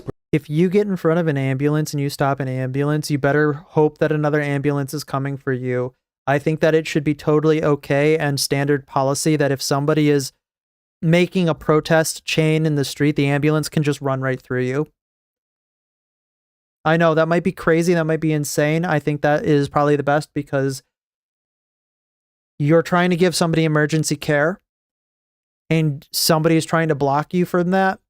I don't think that they have the right to do that. I'm sorry. I think that you should expect the consequences of your actions to come and haunt you. Protecting our border. Because they mad that this one white cop shot this one black kid, even though black kids are being shot, like, I don't know, let's say 50 times a weekend. Oh man, who would have guessed? More people get struck by lightning and die than a black unarmed man gets shot and killed by the police, but you want to block traffic for that? People got to go to work. In this economy, they got to go to work. And you're making people late. You're getting people fired You're by destroying blocking business traffic. You don't transactions see as well. Republicans out here blocking traffic all over the United States. When No, because they're too busy going to work. it comes to this violence and pushing all these ideas and terms and hateful stuff on people, we see it coming from one side. Again, people are being called radical Republicans, insane, hateful people, racist people, bigoted, for saying, hey, maybe we shouldn't drag people out of the car. True. That's him! Is that him? Is that him? Yes! Open the door! Are you really going to drag somebody out of a car? Are we really about to watch a protester drag somebody out of the car? Oh my God. Drive. Oh my God. Ambushing a vehicle. Dude, just drive. Drive. Just We're drive. seeing stuff like this, surrounding vehicles and trying to get the people out the car to hurt them, maybe even kill them because of differing opinion. You don't see this shit on the right. Again, it gets to a point where it's clear as day why everything seems to be. Every single one of the people who participated in this video, regardless of whoever that was in the car, it doesn't matter. You try to pull somebody out of the car, you should be expecting the police to show up on you, SWAT to show up on your doorstep and arrest you. You can't do this. Getting more violent politically. I'm not saying you have to leave the left and go to the right. No, but it is to say No, there's someone that's proud to be. You should call the left out for their bad actions. You should say you cannot drag somebody out of their car for no reason, especially if you don't agree with them. You can stand on the street and yell at them, whatever. You can't drag them out of the car. Left, I'm a proud liberal and everything we're doing is great and dandy. Is it? Is it? Really? Mhm. Is it? The main people that's ruled by their emotions, and I get it again, I will call it out. There are some crazy ass, racist ass, MAGA toting people in the boonies scrolling on Facebook just being led by their emotions. That exist. We all know it does. And But we on the all left, condemn you them. see it more. You see it in the colleges, in the jobs, in Hollywood, mainstream media. So many people just being led by their emotions, led by their friend groups, led by everything around them except their own thoughts and mind processes. They're not even thinking that deep enough on how they actually feel about something for themselves. They're just repeating the talking points that they're getting from their friend group or what they're seeing online to maintain peace, not ruffle feathers, have their job still, not get canceled, have their friends. No one's standing on business. It's not clocking to people. I didn't want to say this, but this is why we have to have all of the attributes of what we're. Again, I keep saying this and it's going to happen. If we continue down this trajectory, we are going to eventually elect somebody who will bring the country's people to heel. You do not want to live there. Planning at the White House. I don't want to It's live there. actually a larger room, and it's much more secure. So people are saying, well, this is just a psyop just so Trump could get approval for his ballroom. Yeah, everything's a psyop apparently nowadays. All of us right now to remove our egos, remove ourselves from the situation and just look at it very high level, bare bones, okay? Mhm. And again, removing my political views from the situation, but as someone who's been there, as someone who's been in events and seen how these things work, why don't we already have a ballroom? Why are we having people in the grass? Honestly, I think that that's kind of like, I'm going to be completely fair. I don't have a stake in whether or not we do or do not have a ballroom. Yeah, it would be nice to have like a foreign dignitaries entertainment area where we entertain foreign dignitaries. Yeah, it's a little weird that the richest, most prosperous, and most military able country on the face of the planet houses their major events on the fucking yard. Yeah, it's probably well insulated, very well managed, has a lot of good things in it. But that's fucking weird. I can agree to that. I live in Nashville, Tennessee. They're adding in, I think like $150 million, a new grand ballroom for the Grand Ole Opry, like the Opryland Hotel. Okay. Their conventions are growing. There's a lot of people visiting. They're like, hey, we need a very big and secure ballroom. They're doing Okay. that. You look across the United States, there's many The highest office in the renovations land being doesn't done even at have a place hotels, to convention entertain centers people. to accommodate for more people.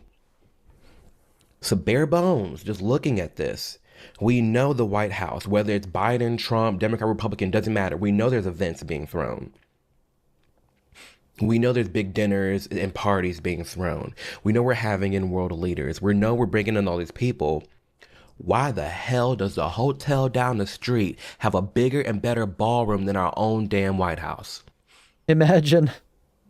Why, if we're throwing an event, are we having to go down the street to an arena or to a different ballroom because we don't have the space to accommodate for it? Because nobody wanted to, on a political level, be the one to have to put the ballroom or whatever it is in because they didn't want to have to spend the money. That is my guess on that. And the second someone does want to change that, because they knew it would be an attack vector from the other side.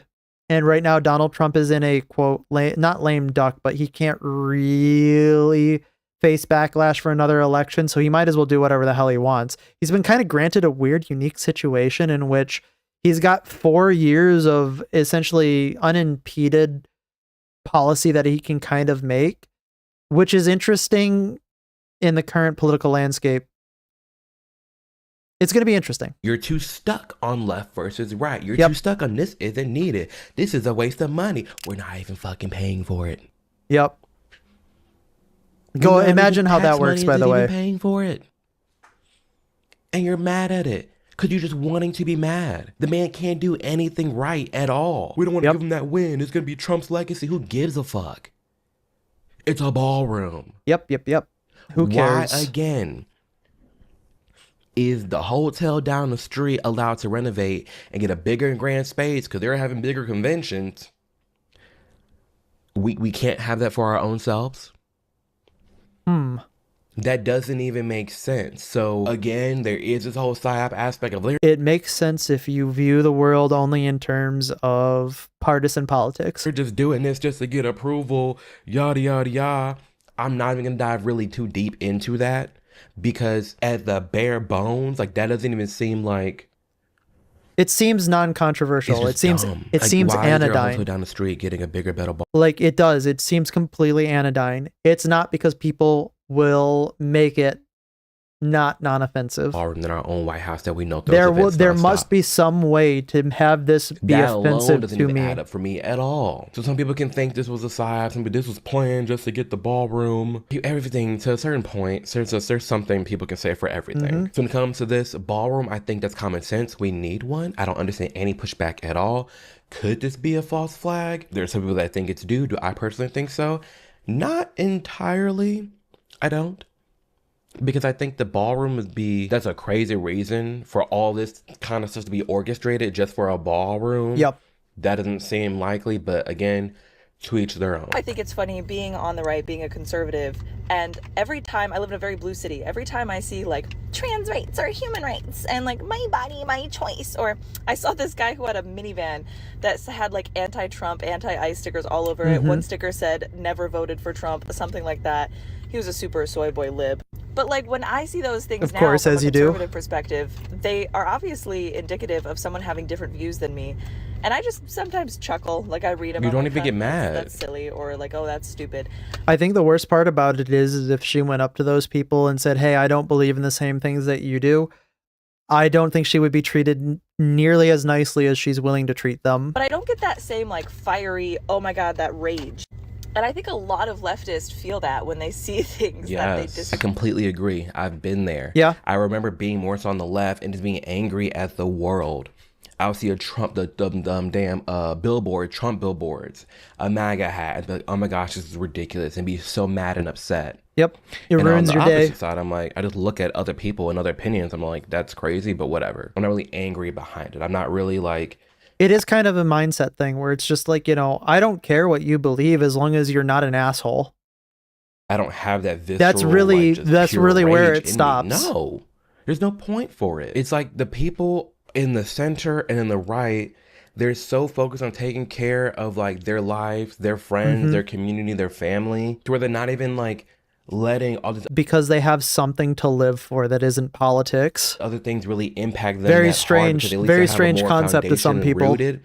They're more so have a foundation and they know why they believe certain things. That's what seems more common on the center right kind of aspect. And on the left is just a groupthink hive mentality, and there's no real basis for why someone feels a certain way because there's just so much hypocrisies within it to the point where it doesn't make sense. Like the damn ballroom situation. That doesn't make sense. Why don't we have a ballroom? You want to be mad at us building a border wall to protect our border, but a lot of y'all live in gated apartment communities where I got to put in the fucking code because there's a border wall to get in your own complex. The border always kind of concerns me because it's a really good litmus test, in my opinion, to see if somebody can actually logically think something out. If you tell somebody that we need to have a strong wall on the border and they disagree with you, they have not thought out their position to the extreme. Because in every case, a good, strong wall is the correct answer from any way you look at it. And if you think that, well, we can't have a strong wall because of something that seems abstract, then you are just purely on its face wrong. It doesn't add up. Especially because if you ask them, okay, well, other countries have walls, is that okay? They're like, well, that's, that's their choice. Well, the American people spoke. It was our choice to put up a wall. Be sure to subscribe because I'm going to reacting to a bunch of like college opinions and college debates. Oh, no. And just a lot of things that don't make sense. We're going to get into that. All in all, this is a clear example, clear reasoning as to why political violence has been on the rise. And I hate to be the guy to say it, blame the left, but that's where the blame falls in. It does. I'm not saying the right doesn't have its faults. I'm not saying Trump is perfect, no. But I am saying the delusions that we've seen in this video, the amount of lies and... Like I said, there is a directionality to it. I think that's a good way of looking at it, is the directionality is from the left to the right. And I don't like saying, or I rather don't like doing like whataboutisms, but they're usually really easy to kind of prove a point. And when you say if the right ever did something like that the left did, you can really see where the logic starts to break down. You can also see that it is very blatant. Like, we're not saying that this because we want to be right. We're saying this because we're saying what the average American person sees. The average lay voter 100% definitely sees it in terms of it is the left unilaterally that holds the monopoly on violence rather than the right. And to ignore that is willingly choosing to not rely on truth. Gaslighting. It is a warning rather than it's inevitable. a blamatory it's crazy statement. how much of it comes from the left. Again, I was someone who you could have told me back in when Michael Brown happened, 2013, 2015, you could have told me about a good 10,000 black men are being shot and killed by the police every year. And I'd be like, yeah, duh, maybe even more. And most years is less than 20, about 10, between 10 and 20. And that's not thousand. Do you know what that kind of, that's period, 10 and 20. To a young black male in America who's constantly being fed this narrative that they're going to die living in America, that white men are the biggest threat, that cops are the biggest threat, and I'm living... If the numbers that they had been projecting had been shot every year, there would be no more racial minorities in the United States. Just purely on its face. In my life on guard, filled with rage and anxiety, only to find out that it was all a fraud. I can't. So this comes to no surprise that this is happening. We need to be more vigilant in calling this out, all of us together. And most importantly, we need to be taking care of ourselves. We need to be focused on our goals and dreams. We need to be just better people in general. And then better people to our family, better people to our friends, to our community, to our jobs. To ourselves. We just need to be putting out and just being just like good people. And just hear each other out and not be led by our emotions. Don't allow yourself to be told how to think. Don't allow me, any influencer, any content creator, movie, TV show, in a nonprofit organization, anything. Don't allow anyone to tell you how to think. Get inspired by other people. I'm glad you're inspired by me out Let them give you the tools to be able to think for yourselves, but you do not allow them to tell you what your opinion is. there. I'm glad I can help. I'm totally you okay with you open your mind to different completely perspectives and just viewpoints, not agreeing but I with really me. want to encourage you to do that shit I'm on fine your with own. that. As long as So you you're more reach the vigilant out there in the conclusion world, by like, yourself. okay, that happened, but this is a little bit weird, or this makes sense because of this. Or when someone tells you something, it's like, I'm not immediately going to get emotionally charged. I'm going to understand why this is happening, why it's taking place. Mhm. I may see something online. I'm not going to get triggered and offended by that. Get out your fucking feelings. Reality doesn't care Like, how quite it makes literally, you feel. why am Reality I, happens a regardless gay of your man, feelings. hands flying all over this video, more alpha than half these beta cuck ass bitches out here getting led by their emotions. You bitch. Your emotions are running your life, really?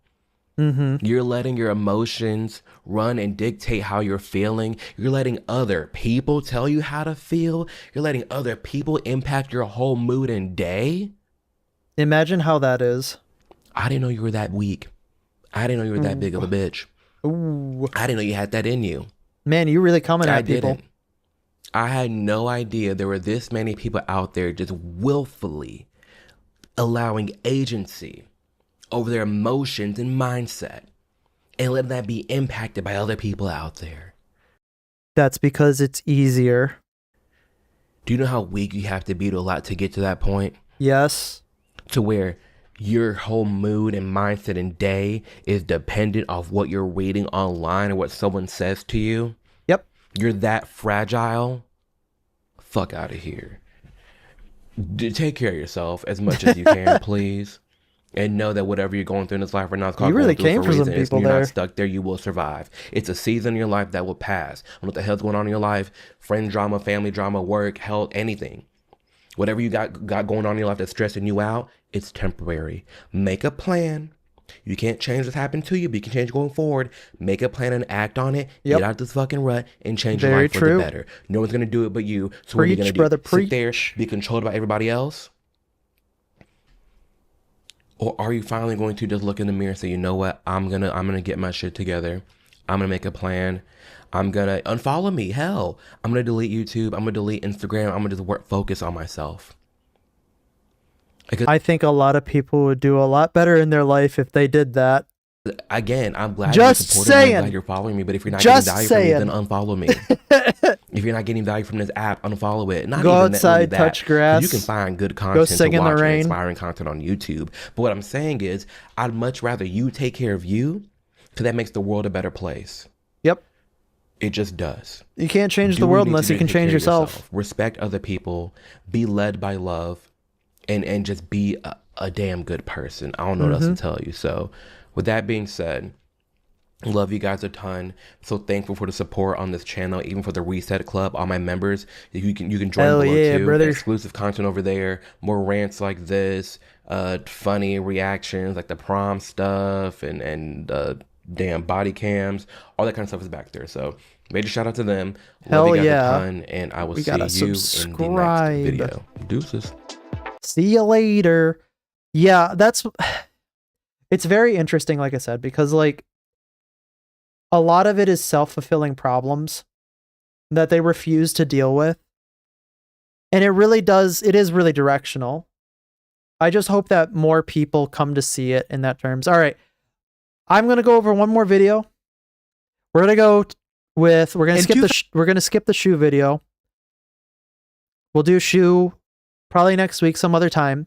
We are going to be talking about, this is another new channel, by the way, that it is they are Front Page. And I'll be completely clear.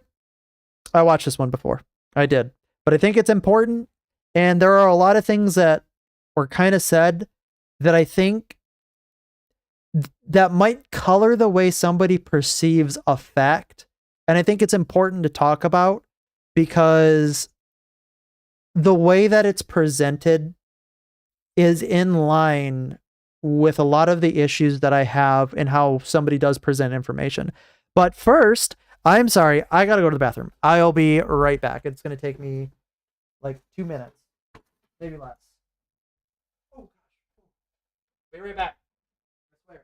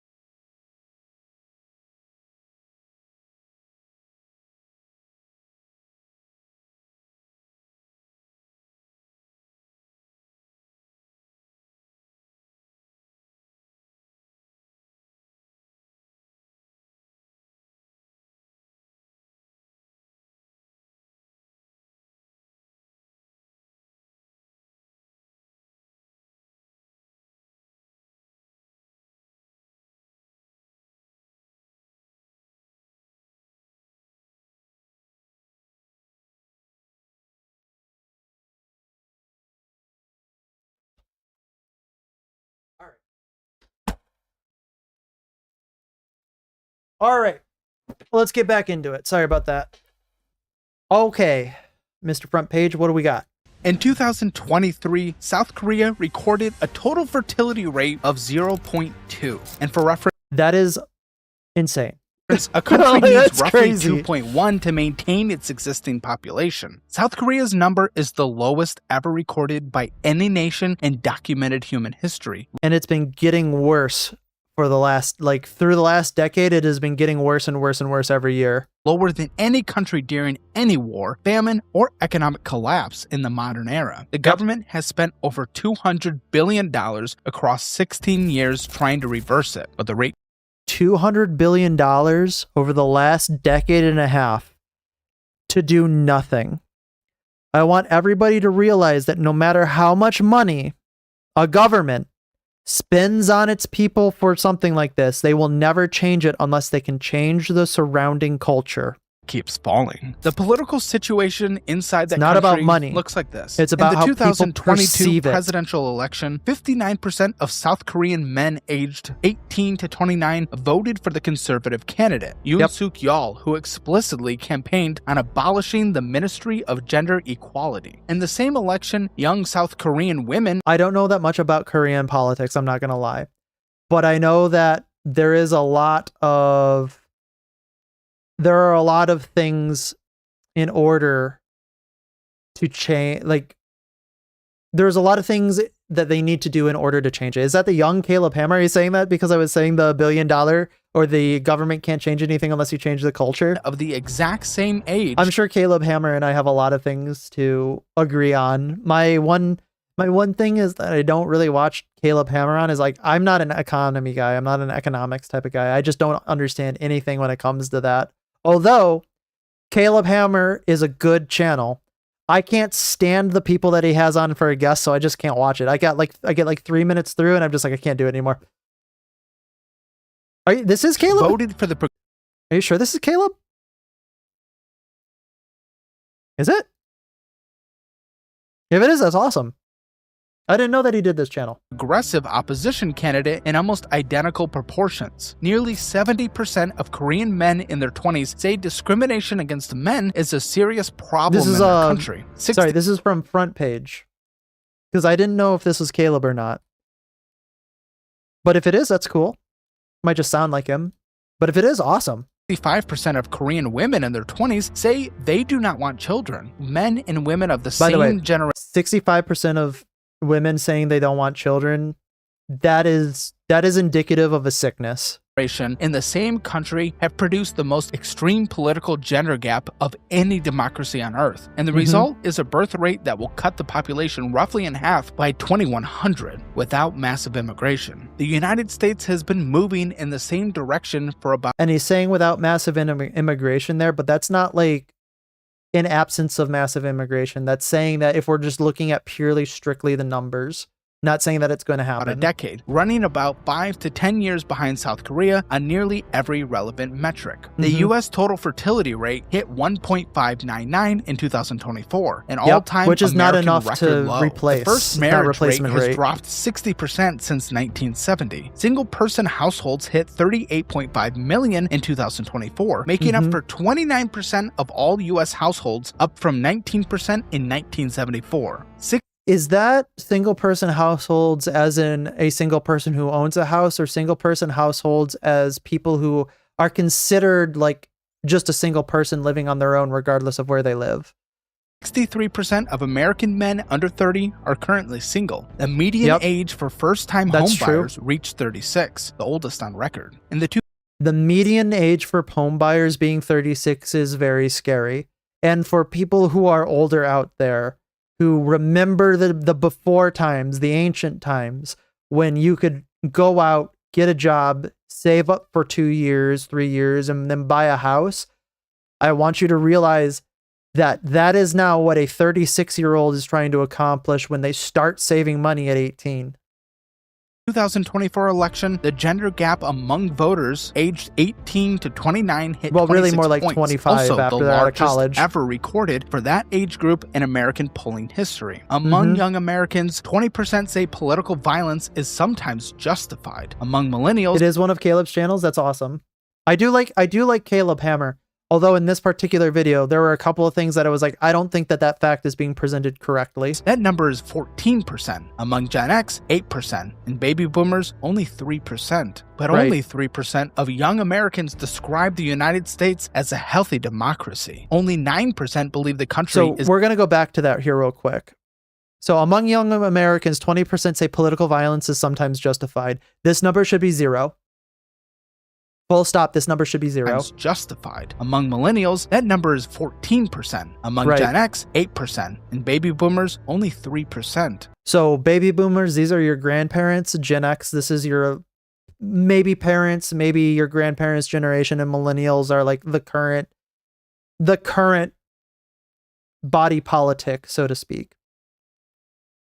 There is a drastic change here. There's something went fucky from Gen X to millennials. But only 3% of young Americans describe the United States as a healthy democracy. Only 9%, well, that's because we're not a healthy democracy. We are a constitutional republic, believe the country is headed in the right direction. 62% of Americans under 30 hold favorable views of socialism. The Harvard Institute of Politics found that Congress earns the trust of 12% of young people. And the media which again, I would say that if you wanted to say what a healthy percentage on that would be, is 25% of Americans have earned the trust of Congress.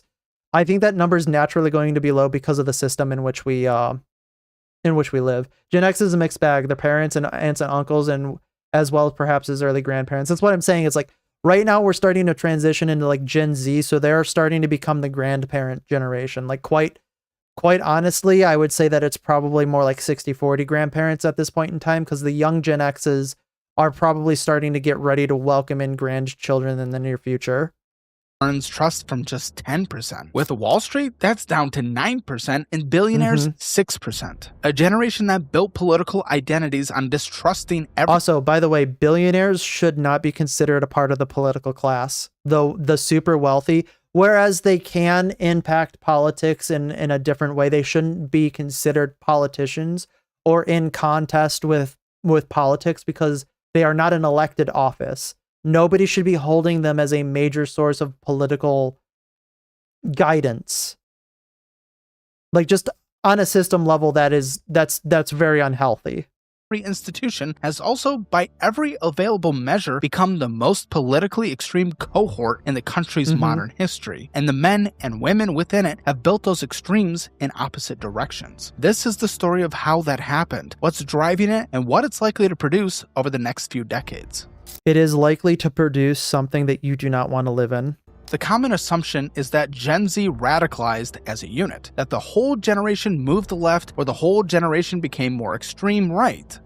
If anything, this Gen Z has been radicalized in a way that some portions of it have been moved extremely far to the left, and the ones that were left over are pushed towards the right for a lack of an alternative. Some kind of shared cultural shift, but the actual data tells a more specific story. Young women drove the leftward movement, and they drove it hard. Young men mostly stayed where men have historically been, and in some respects, pulled modestly toward the right in recent election cycles. Because they have not had an alternative. Gallup has tracked political self-identification in the 18 to 29 age group continuously since 1999. In 2000, roughly 29% of young women called themselves liberal. Roughly 27% of young men said the same. A 2-point gap. Statistically insignificant. Both lines moved slowly together over the following decades. As recently as 2012, the gap was about 5 points. Then it started widening. By 2017, it had crossed 10 points. By 2021, 44% of young women identified as liberal versus 25% of young men.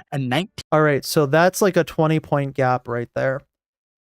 That you're starting to get into territory that is alarming, because once you start having men and women based solely on an immutable characteristic starting down two different paths of political ideologies that are forcing them, or rather encouraging them, to believe something that is a very strict way of belief, you are going to have a lot of problems relating to one another, which then shows that people aren't willing to work with one another in things like the birth rate. 18-point gap. By 2024, young women had settled at 40% liberal while young men sat at 25. Gallup summarized insane. what happened to men in their own published analysis. Their ideology has been remarkably steady over the last 25 years. Every inch of that gap came from women moving left. The Financial Times mapped the same pattern across 20 wealthy democracies in early 2024 and found it replicated in every single one. In the 2025 German federal election, 35% of women voted for Die Linke, the far-left party, while 27% of young men voted for the AfD, the far-right party that came in first among young men overall. Which, by the way, has been mired in absolute lies. Like, the AfD and Die Linke, you are never going to get a clear picture of them because one side will always hyperbolically lie about the other.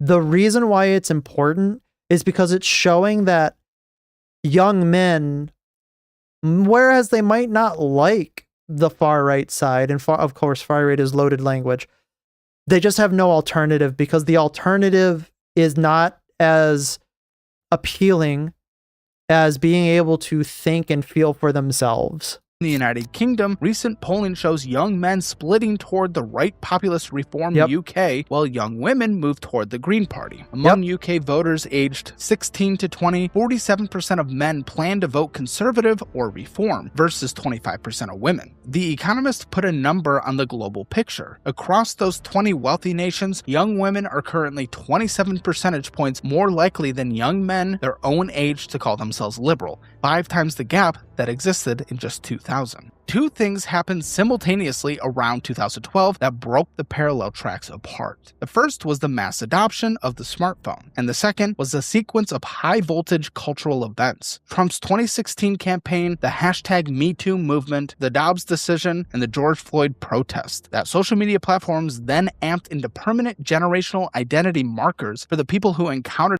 I can kind of see where social media definitely echo chambered a lot of people. I think that probably the most important thing that we're not really looking at is people's unwillingness to seek out the truth anymore. People are more, and I'm using people instead of men or women, because I think it's a general universal truth that people are more apt to think emotionally than they are to seek out things that do not confirm their already preconceived biases. Then between the ages of 12 and I think and that 22, smartphones and social media are up through the early 2010s, American teenagers that. spent substantial chunks of time in unstructured in-person environments. After-school hangouts, part-time jobs, religious organizations, neighborhood dynamics, low-stake. I am so happy to have grown up in a time where I was able to do this. I grew up in a time where rarely was I on social media often, and I was able to talk to in person and go to third spaces that I was able to interact with other people with.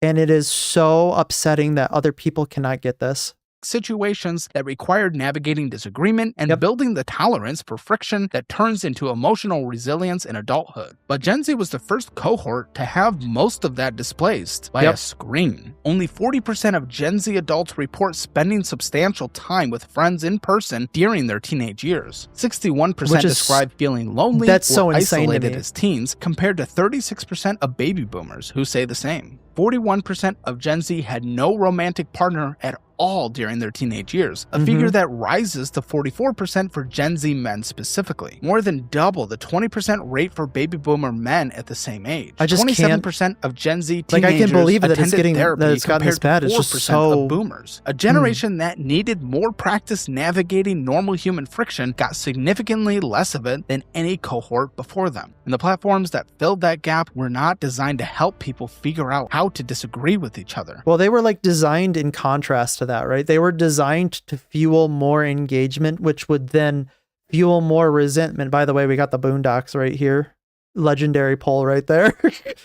But it's so dystopian that we don't even recognize that it's happening.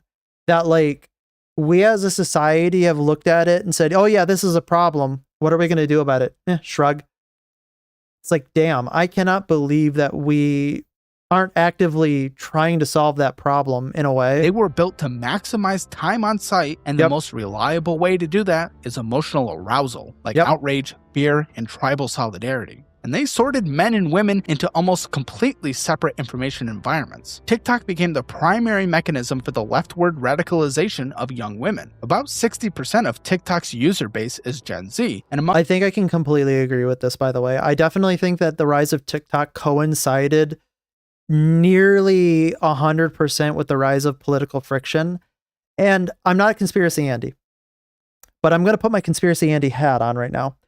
TikTok being owned by ByteDance, which is a Chinese company, has a negative incentive in order to regulate the platform to not cause political distress in its constituent countries.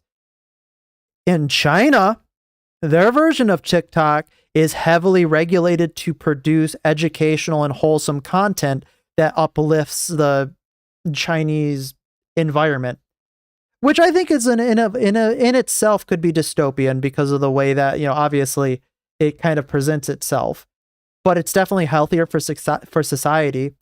And that we as Americans have access to the unfettered emotions of people without really any regulation kind of can be utilized to push certain ideologies over another. And I think that there might be a little bit more hanky-panky in there than we're really willing to admit. I don't know. I am a big proponent of completely killing TikTok. I don't like TikTok. I've never liked TikTok. I've never used TikTok. I think that people who use TikTok, generally speaking, have more issues than they would like to admit that may or may not be caused by TikTok, but it exacerbates it for sure. I don't know. You can hate me for that. I don't like TikTok. I think we should probably have gotten rid of it.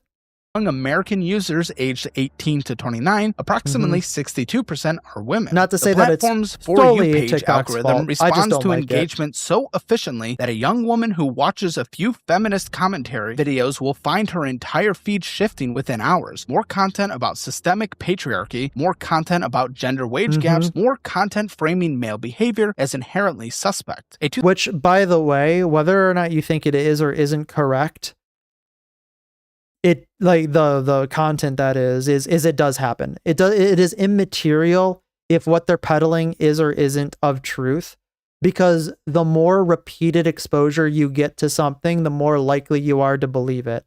It's not a truth game at that point, it's a numbers game, which is again why I say I want to put my tinfoil conspiracy Andy hat on, because it seems like a conspiracy. 2025. And we're living in the year of our Lord 2026. In Anno Domini 2026, it has been a very good decade for conspiracy theorists. A study from NYU Abu Dhabi that analyzed more than 340,000 videos over 27 weeks found systematic partisan asymmetries in what TikTok serves to users. Asymmetries that couldn't be examined. Asymmetries that couldn't be explained by what users clicked on alone. Suggesting the platform was actively shaping ideological exposure, not simply reflecting it. Right. Gen Z averages roughly 9 hours Which is why I think we need to have like a severe regulation for TikTok. Per day on screens and about 3 hours specifically on social media. Especially because now we're seeing in the numbers. Teen screen time doubled from 3.8 to 7.7 hours daily, not counting virtual school. A generation already spending more time online than any prior cohort was then locked inside with nowhere to go for a full year and a half, consuming algorithmically sorted political content at the most formative period of identity development. The hashtag MeToo movement. The effects of COVID we are going to see decades down the line. This is not going to go away for the rest of our generation, and we're going to have to be dealing with that mental scar for a very long time.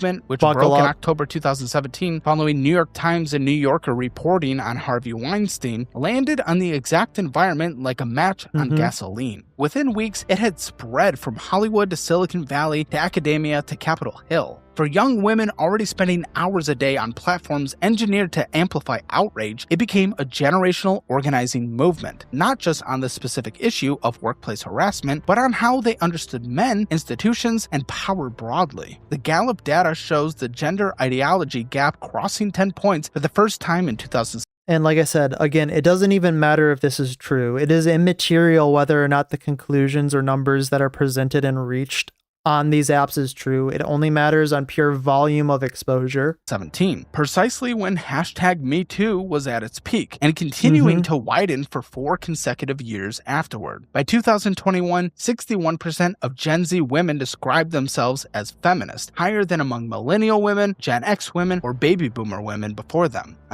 And they are not feminist in the same way that a first wave or second wave feminist are. They are feminist in a very different way. Like a feminist that would be stepping out of the women's suffrage movement would be looking at them saying that they are absolutely insane. Because shock amongst shock, the feminists in the first wave feminist movement also understood that they had to live within a society. Specific policy positions, the shift was even more pronounced than the general ideological shift. Between 2017 and 2024, Gallup found the share of young women saying humans cause global warming rose 20 percentage points. Support for stricter gun laws rose 16 points. Worry about race relations rose 24 points. By 2024, 86% of young women said insane, humans cause by the global way. warming, and 74% supported stricter gun. Like I remember when I was growing up in the 90s, race relations were they were great. Like you did not unless you were an absolute crazy kook who thought in terms of incredibly racist ideology, you didn't see race. There was no such thing as a difference between a black person, a Hispanic person, an Asian person. Like you just saw another person in front of you. It didn't matter.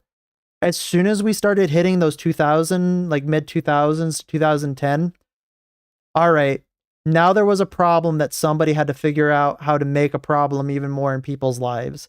And it is so jarring to think back in those times when I had people who I knew, friends of every race, and it just didn't matter. And again, this is an exposure thing where if you're continuing to be exposed, whether or not it is or isn't correct, you start believing things that might not be true. Another good way of putting it is Morgan Freeman was asked a really long time ago about how to fix the problem. And his insight is from a wisdom beyond his years, and definitely at that time, was stop talking about it. Because if you stop talking about it, it will just go away. Funny how that works. And the economic worldview shifted alongside the political one. According to a 2025 Cato YouGov poll, 62% of Americans under 30 hold favorable views of socialism. An Axios survey of college students from November 2025 found only 17% viewed capitalism positively, while 34% viewed socialism positively. In 2010, 68% of 18 to 29-year-olds viewed capitalism favorably. 21%. And like we had said earlier, this starts in the school system, because the people who are teaching them that socialism is favorable to capitalism and not teaching what the affirmative goods in the world that capitalism has brought. They're not teaching that capitalism was in some way the major catalyst for not only the Industrial Revolution, but the world in which we find ourselves today and all its positives. Without capitalism, we would be living in nearly the same abject poverty as the rest of the world.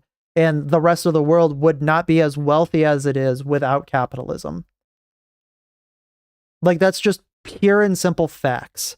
And it's not taught like that, which is unfortunate because it's very short-sighted. Points higher than a decade later. 48% of Gen Z respondents agree that rewards in society should be distributed based on need rather than on what people produce, which is essentially verbatim core Marxist doctrine. The universities these young women were passing through during consequences of that be damned, by the way, is the way they think. During this period weren't moderating these views. They were reinforcing them. In 2018, researcher Mitchell Langbert analyzed 8,688 tenure-track professors. This is the real problem right here. This is, by the way, this is what Yuri Brezmenov was talking about. And the more facts that come out by this, the more heated and angry that I get that we allowed situations like this to happen. He was talking specifically about the leftist infiltration of higher institutions of learning. And when I first heard about that, believe it or not, was in the mid 2010s. And I was like, there's no way that this was a thing, right? I was like, I couldn't believe it. I was like, this seems conspiracy Andy theory. The longer I live is another day that conspiracy theorists can put another win under their belt. At 51 elite liberal arts colleges and found an overall Democrat to Republican ratio of 10.4 to 1. 10.4 to 1. That means for every 140 professors, 104 professors that are Democrat leaning, socialist leaning, communist leaning, there are 10 professors of conservative value. 89% of the colleges sampled had 0 registered Republican professors at all. In sociology, the ratio was 27 to 1. In anthropology, it was 42 to 1. Insane. In 2025, the Harvard Crimson... By the way, sociology and anthropology, 2 very important fields of study to politics. Faculty survey found exactly 5 individual professors registered Republican across Harvard's entire faculty. Among student-facing administrators, a separate analysis found a 12 to 1 liberal to conservative ratio, with only 6%. Faculty has a 12 to 1 ratio. Again, that is an insane, like it should be somewhere around, like we'll just spitball. It should be somewhere around 60-40 if we're going to be really taking practical numbers here. Because obviously the world isn't 50-50, although we are somewhat of a 50-50 split nation. Accounting for some different types of people who would be more willing to subscribe to certain political ideologies, and accounting for what I would consider to be broad social psychology, should be probably somewhere around 60-40, which would be, in my opinion, a more practical and reasonable number. Of administrators identifying as conservative. The Heritage Foundation counted nearly 3,000 DEI personnel across 65 large public universities, averaging 45 per campus. At UC Berkeley, DEI statements were used as a first-round elimination screen in faculty hiring. 679 of 893 applications, or 76%, were cut based on DEI scores. That's honestly, I don't know how they got away with this, because this is discrimination in its most blatant form. Before the research, that could be a huge violation. I feel like it should be. I feel like somebody needs to bring a class action lawsuit against that. Research or teaching was even reviewed. The campus incidents that accumulated during this period were frequently remarkable in their specific. So many of those professors benefit from a capitalist economy. Exactly. Well, everybody benefit. Like even these protesters, literally everybody who is in America benefits from a capitalist economy. Purely. On its face and blatantly. Specifics. At Yale University and they refuse in 2015, to a lecturer admit named that. Erica Christakis sent an email questioning whether the university needed to police students' Halloween costume choices. Her husband, Nicholas Christakis, a tenured professor and medical doctor, was surrounded in the Stillman College courtyard by roughly 150 screaming students for more than 2 hours. Every one of these students needed to be probably expelled. This is not okay. You shouldn't be rewarding them for doing this. This is not okay. A video of the confrontation. Spoiler alert. They didn't get expelled. Circulated widely online, showing one young student yelling into this his is face. Not like this is antisocial behavior right here. An intellectual space. It's about creating a home here. Yale later gave 2 of the protest organizers the Nakanishi Prize for exemplary leadership in. They got rewarded. Later gave 2 of the protest organizers the Nakanishi. They got rewarded for antisocial behavior because these people agree with them. These administrators agree with them. This is why the universities are in so much trouble. Prize for exemplary leadership in enriching race and ethnic relations on campus. By screaming at State somebody. College in Washington State in 2017, biology professor Brett Weinstein, a self-described progressive who had supported the campus's day absence for years, objected when the event was redesigned to ask white people to leave campus for the day rather than having minority students voluntarily depart. Roughly 50 students disrupted his class, demanded his resignation, and called him racist. Campus police told him they couldn't guarantee his safety on his own campus. The college shut down for 3 days. Weinstein and his wife eventually settled with the institution for $500,000. Good. And both resigned. At Oberlin College in Ohio, 3 students were arrested in 2016 for shoplifting at Gibson's Bakery, a century-old By the way, shoplifting at a bakery. Family business. Which is a crime no matter who does it. All three later pleaded guilty, and the bakery's conduct was confirmed as not racially motivated. Regardless, they got Black Lives Mattered. Students and faculty protested outside the business for months, calling it racist. Racist because the people who committed a crime in there committed a crime. Oberlin's own dean of students personally distributed accusatory flyers. A jury ultimately awarded Gibson's $11 million in compensatory damages and $33.2 million in punitive damages. Oberlin eventually paid out $36.59 million in total. And the owner, David Gibson, and his father, Alan Gibson, aged 93, both died before receiving full payment. So they gave them $39 million. But the two people who were caught up in it both died, probably because of the stress that this was causing them before even receiving any payment. If you want to create a radical against your cause, you've created an entire family for the next 4 generations will never support you.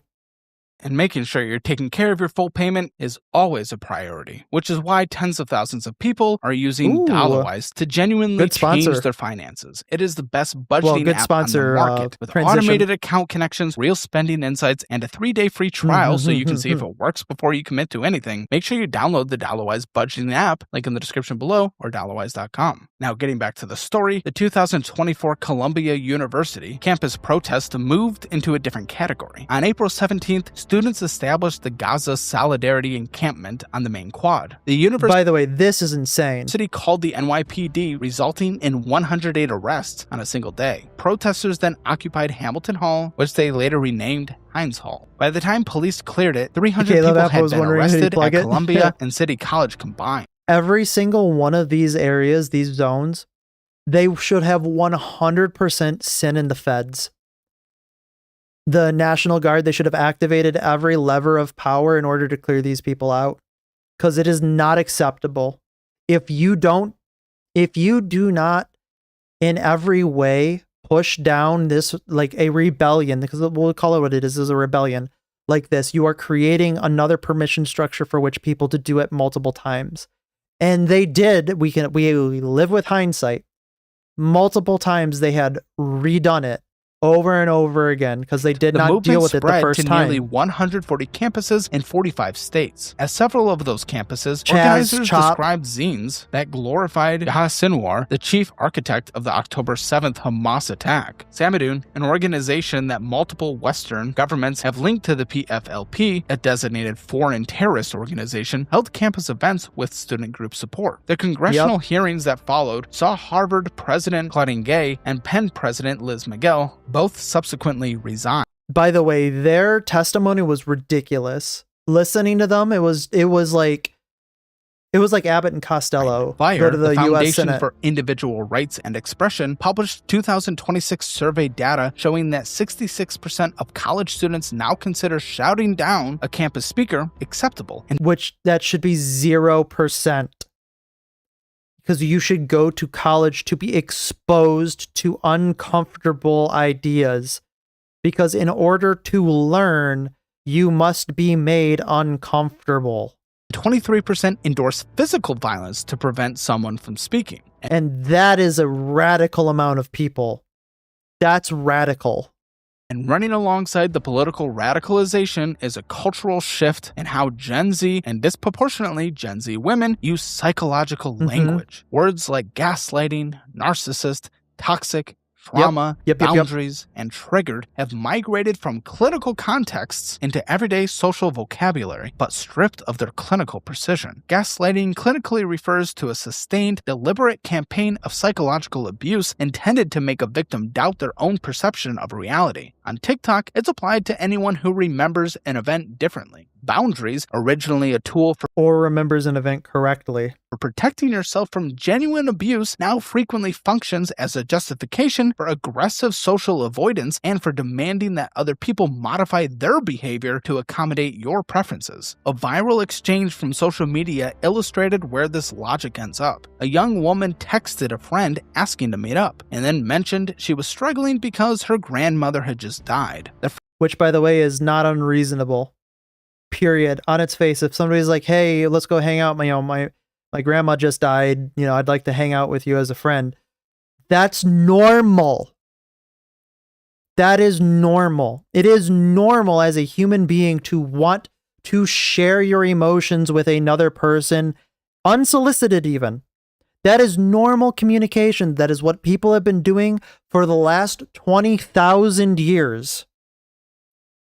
Friend's response read like a corporate HR document. She accused the grieving woman of guilt tripping and trauma dumping without consent and stated she would not tolerate such toxic behavior. Researchers who study this pattern note that using clinical language to describe normal human friction shuts down communication, bypasses personal accountability, and accelerates the exact loneliness epidemic. Don't be silly, Volpe. That's cringe. Imagine. That Gen Z reports experiencing at historically high rates. 47% of Gen Z reports frequent anxiety, 22% report frequent depression, 61% felt lonely or isolated as teenagers. The ideological rigidity that shows up in political discourse and in social behavior also shows up in how Gen Z polices romantic relationships, and specifically in the age gap panic. In a generation where 31% express support for non-monogamy and 75.8% say living together before marriage is essential. I can't believe that non-monogamy is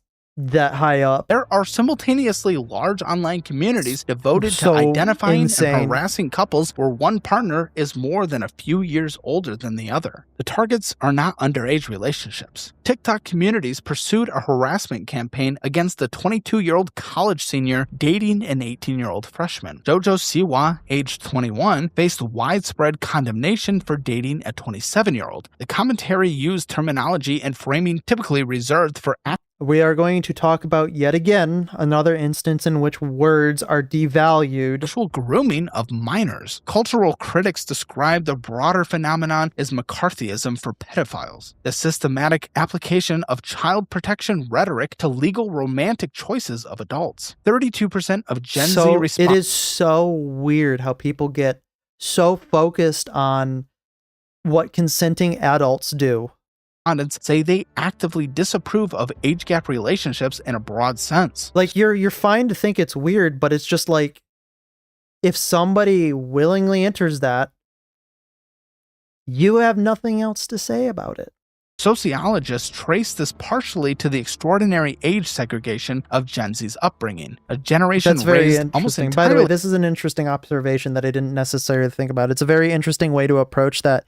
There is a huge discrepancy in the fact that Gen Z does not interact with people of different ages interacting with other people. I just remember that a girl on TikTok called herself a 21-year-old minor. I'm stun locked. You just stun locked me by that. I'm going to ignore that comment. I just sat there for a second. You got me. I'm stunned. Anyway. Gen Z doesn't have a lot of elasticity in the way that people talk to one another. I have the good privilege of having friends out of generation for me. People who are older and people who are younger than me that are friends.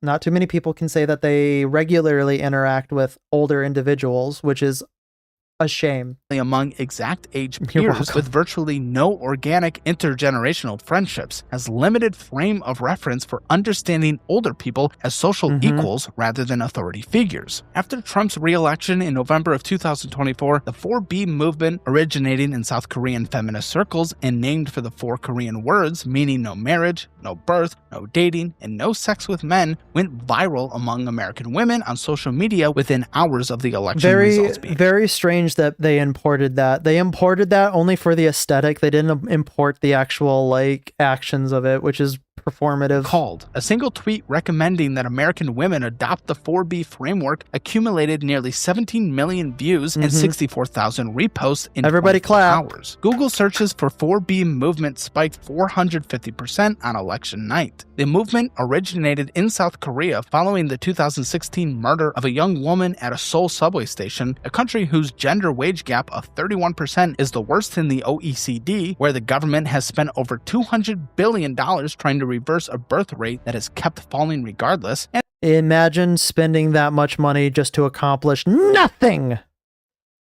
Which is interesting because paradoxically, I feel like intergenerational friendships have become more common with the advent of the internet due to hobby discussion. I don't know. I don't know how that works, but I definitely can see from the perspective of sociologists saying that people do not make friends outside of their immediate age group. Because I see that. I do see that. Like, there is a very large divide between people of older generations or other generations and younger generations. And I think that's mostly due in part to the fact that we don't have a third space anymore. A lot of third spaces have shut down. And people just don't talk to people anymore. Like, they're unwilling to talk, which is unfortunate and upsetting. Of women in their 20s now say they don't want children, and 42% say they don't want marriage. And none of the radicalization happening on the female side occurred without producing a reaction among young men. Though the nature of that reaction is different from what you might expect. If you're men saw this, and men said they wanted no part of this. This looks absolutely insane. And in order to put myself in some type of social arrangement with a woman who participates in these, I would say, observably insane ideologies, because we're talking from the perspective of the person observing it, that they would also not want to deal with the effects and fallouts of having to deal with that. Following cable news coverage of the subject. It wasn't a sudden ideological... If women are going to hate me regardless, then I'm going to let them hate me while I'm doing my own thing. Sprint to the right. It was more gradual, a withdrawal from institutions and cultural spaces that had spent years framing traditional masculinity as a problem to be solved, followed by migration toward online environments that offered a different framework for what being a man is supposed to look like. I'm going to go somewhere where I am not being castigated or told that what I am at my core is wrong by being who I am. Research from King's College London found that more than a quarter of British men aged 16 to 29 believe it is harder to be a man than a woman in today's society, a view that their female peers mostly do not share. In the United States, nearly half of all men aged 18 to 29 say they feel personally discriminated against, the highest rate of any male age bracket surveyed. The 2025 I agree. I think it's really interesting. It depends on the group situation. And I think there were lots of studies. It would depend on interests and what social media. Yeah, I think, honestly, I'm going to be completely honest. I think we're kind of in a unique situation where I think gamers have a lot more elasticity in the amount of different age group peers that we have, just because it's a little bit more of a, it's an even playing field hobby, where a 65-year-old who's been playing games since the the NES systems or even the Atari system came out, is put on the same playing field as a 16-year-old who came home from high school and hopped on whatever game they wanted to play, which is great. We need more ability for people of young and old to be able to communicate in an environment which is public and which facilitates a shared goal and interest. And gaming's unique. Gaming doesn't discriminate. NBC News survey found that 37% of young men describe themselves as extremely proud to be American, roughly double the 18.5% of young women who say the same. By the way, that is an insane gap. 22% of young women say they are not at all proud to be American. All right, then leave. If you believe that, then leave. Get out of here. The ecosystem young men withdrew into is called the manosphere, a sprawling, decentralized network of content channels, podcasts, forums, and servers that is used. So I don't agree 100% with that. I think men more or less withdrew not into the manosphere, but withdrew into, I'm just going to ignore everything. It doesn't matter to me anymore. That mainstream culture has demonized men while offering them nothing constructive. It spans a wide range. At one end, self-improvement content focused on fitness, financial independence, and dating strategy. In the middle, there's red pill communities arguing that feminism has corrupted the romantic marketplace and that men need to understand the real rules. Then you get into... And again, whether or not you believe this to be correct or incorrect, like, it is immaterial whether or not you think the conclusions reached in these podcasts or in these communities is correct or incorrect. The problem is belied by the fact that nobody is listening to the legitimate critiques of the side. Because there are things where, yeah, that's a critique of society. It can be correct. Maybe we should be listening a little bit and trying to take on good faith some of the observations that they are telling me they're observing. The MGTOW, men going their own way, a separatist And it's not MGTOW, it's MGTOW. movement whose members advocate total withdrawal from relationships with women as a matter of self-preservation, and at the far end, incel communities built around the conviction that physical appearance hierarchies and female hypergamy have permanently excluded certain men from any possibility of a romantic connection, and that the correct response to this is rage. There are a lot of young men who fall into this trap. Purely, there are a lot of young men who fall into this trap. It's very unfortunate to see.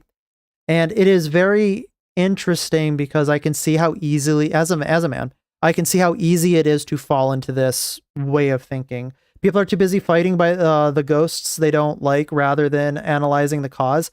Again, if you take on good faith something that somebody is telling you is an observation, that goes so much further than saying that's not true. Purely.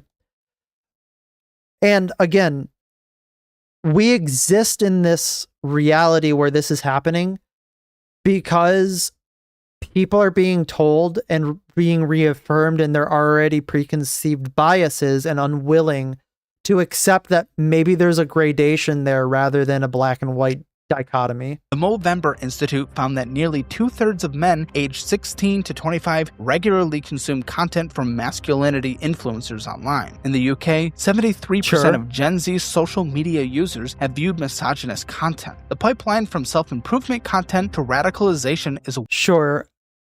I don't think that that's indicative, though, of the fact that they actually internalize and believe the content, because the way that it was worded is said viewed, not regularly viewed and not believed. It was viewed, because anybody, quite frankly, could fall under the category of that. So that number could be very misleading. Well documented. Research from Ribeiro et al. Traced user migration patterns from pickup artist communities to the red pill to the MGTOW, with each stage MGTOW more extreme than the last. Andrew Tate is the most visible. So hang on.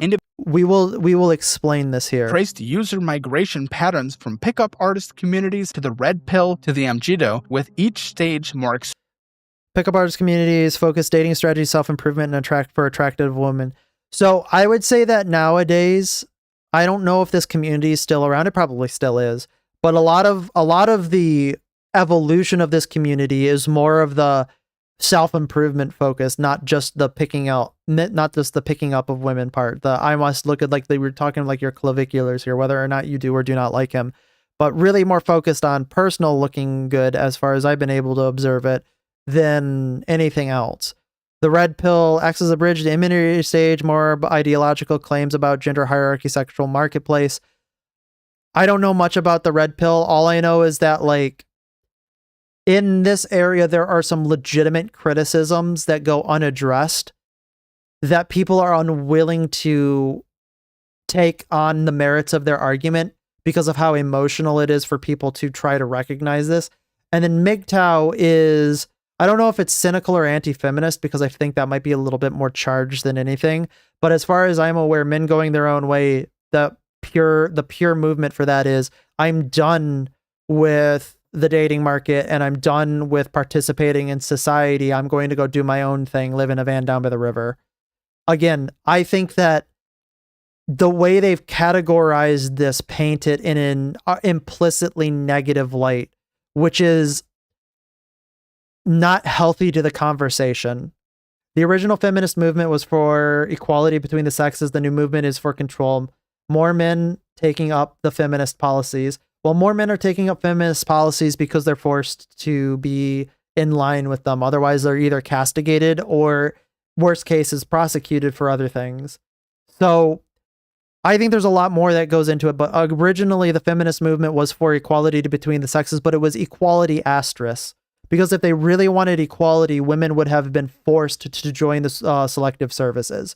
Because in order to be equal, you must have the same rights, the same privileges, and the same responsibilities as your peers. And they never argued for that because they knew that both were held in different brackets.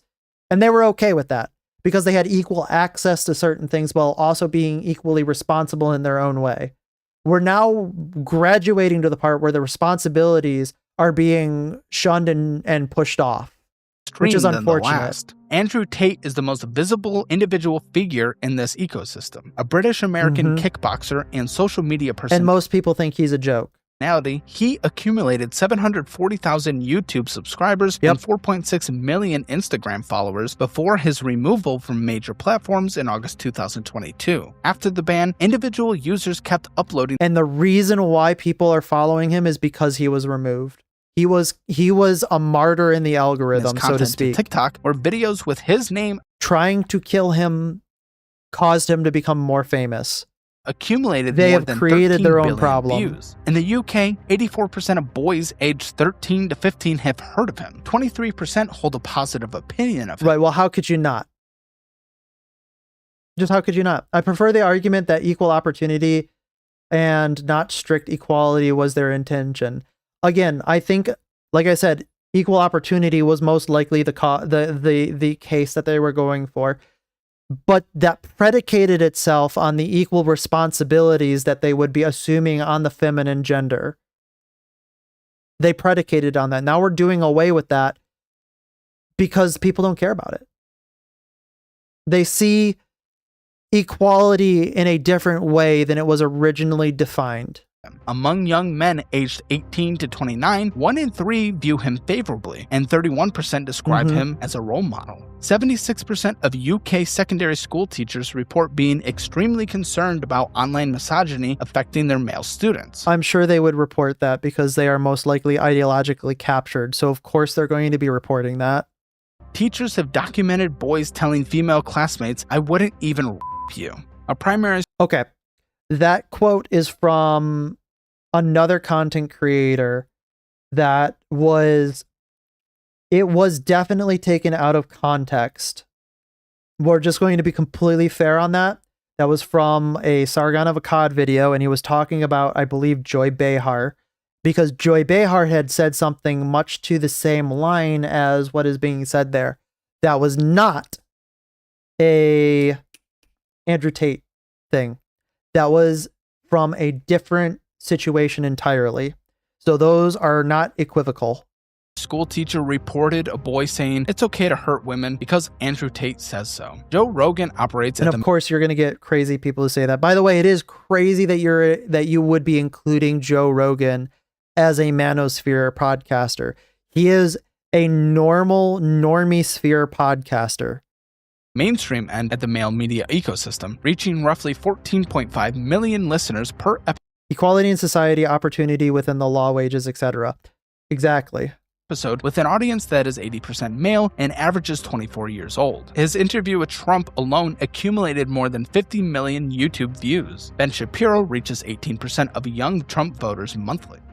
Also, to say that Ben Shapiro is in the manosphere too is absolutely insane. Top right-leaning podcasters as a group, Rogan, the Nelk Boys, Sean Ryan, Theo Vaughn, skew 89% male on average. On the left, I wonder Hassan why. Piker. Also, by the way, 89% male on average, that's actually an insane number, because if we were going to be taking the actual numbers from like earlier where women are being pushed further to the left, that means that there would probably be like a 95% average of male viewers for these podcasts. The fact that it's only 89% means that there is at least a very healthy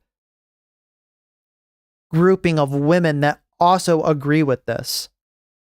Has 2.6 million Twitch followers. The information divide among young men and young women isn't just ideological, it's infrastructural. Different platforms, different perspectives, different content genres, producing different pictures of what the world is and what your place in it should be. The incel movement crossed from an online ideology into physical violence before most people had even heard the word. On May 23rd, 2014, 22-year-old Elliot Rodger killed 6 people and injured 14 near UC Santa Barbara, California. Very true. Having did. posted a manifesto. This is an instance of the internet causing real world problems, and it definitely is a problem. I don't think anybody agrees with this. Any rational, sane person doesn't agree with this. Poll pretty much everybody on, we'll just, use an example that you did, the Joe Rogan podcast, who listens to it. You're going to get an incredibly small percentage of people who agree with this.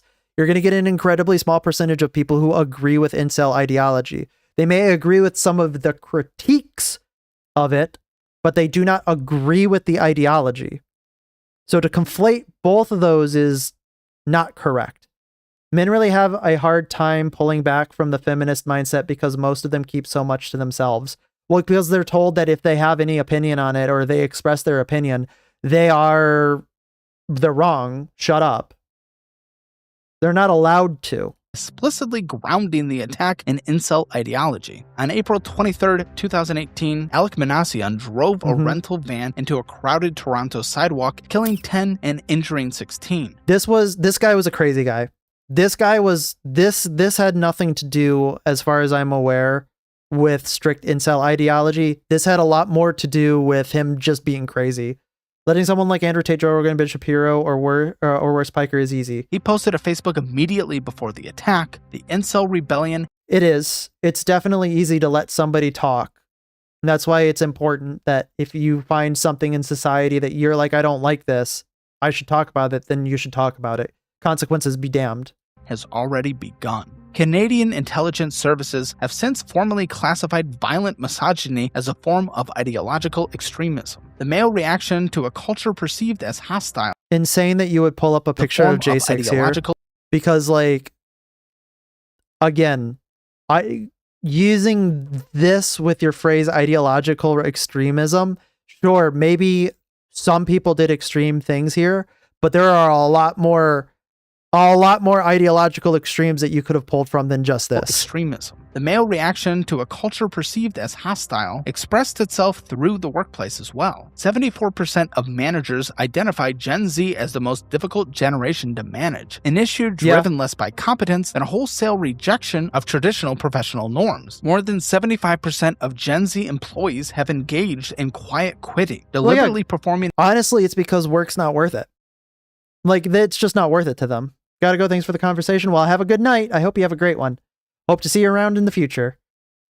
But yeah, they just feel like it's not worth it to them. And it's like, I can understand. Exactly, I can totally understand why they don't think it's worth it. In a job description, nothing more. 69% say they have no interest in pursuing management. They've developed a name for the latter, conscious unbossing. Managers report needing to handle standard direct feedback with unusual care because it frequently results in emotional shutdowns or accusations of creating a toxic workplace. One Gen Z employee went viral for posting a video explaining why she refused to cancel pre-approved vacation leave during a sudden company emergency, framing it as a principled act of boundary setting. The video ran to millions of views and sparked a broad debate about what exactly has changed and how this generation understands professional obligations. The education enrollment gap is one of the most consequential structural shifts within this story, and it operates largely below public awareness. Men outnumbered women in American higher education for the last time in 1978. By 2021, 70% of female high school graduates enrolled in college versus only 55% of male.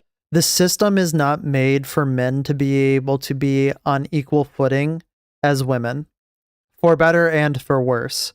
And right now, we are seeing the effects of it being tipped incredibly far for the worst of men. Because men no longer want to involve themselves with academic pursuits. Because it's not worth it. They're not taken seriously, and it's just not worth it, period.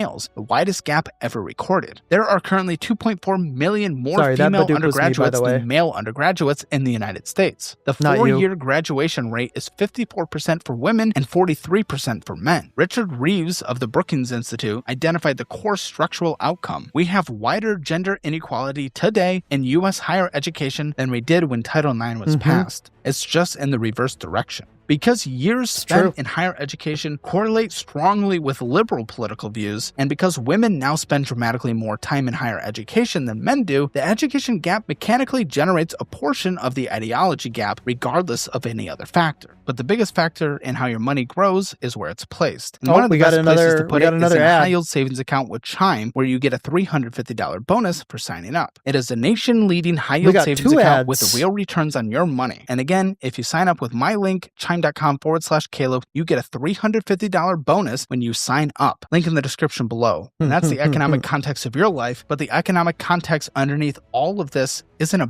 backdrop of the story. It's honestly driving the entire gender divide. Because the median home price to income ratio in the United States was 2 in 1960. 2 years of household income bought the median home. By 2022, the Harvard Joint Center for Housing Studies recorded that ratio at 5.6. 5.6 is insane. So in order for somebody to afford a house in 2022, they would have had to have started saving in 2017. Sponsors themselves gets a sponsor while he's at it. Truly a businessman at heart. The highest in the data set's history. A 2024 calculation showed households needing to earn $106,731 to comfortably afford the median priced home against a median household income of $83,730. The median age of a first-time home buyer reached 36, the oldest since tracking began in 1981. Federal student debt has tripled since 2007 to $1.67 trillion. Gen Z borrowers carry an average of $22,948 in student debt, 14% higher than millennials at the same age, adjusted for inflation, and only 22% feel confident about ever paying it off. Yeah, they are never going to pay down that debt, most likely. Like, I would say probably about 33% of them, they're always going to be in some form of debt bondage. Just because, like, that's how we've kind of reoriented. Like, I usually don't like giving handouts from the government, but I think that there might have been a bit of a miscalculation from the federal, or rather from the collegiate side of it, and the federal government was complacent in helping them rip off the modern American public.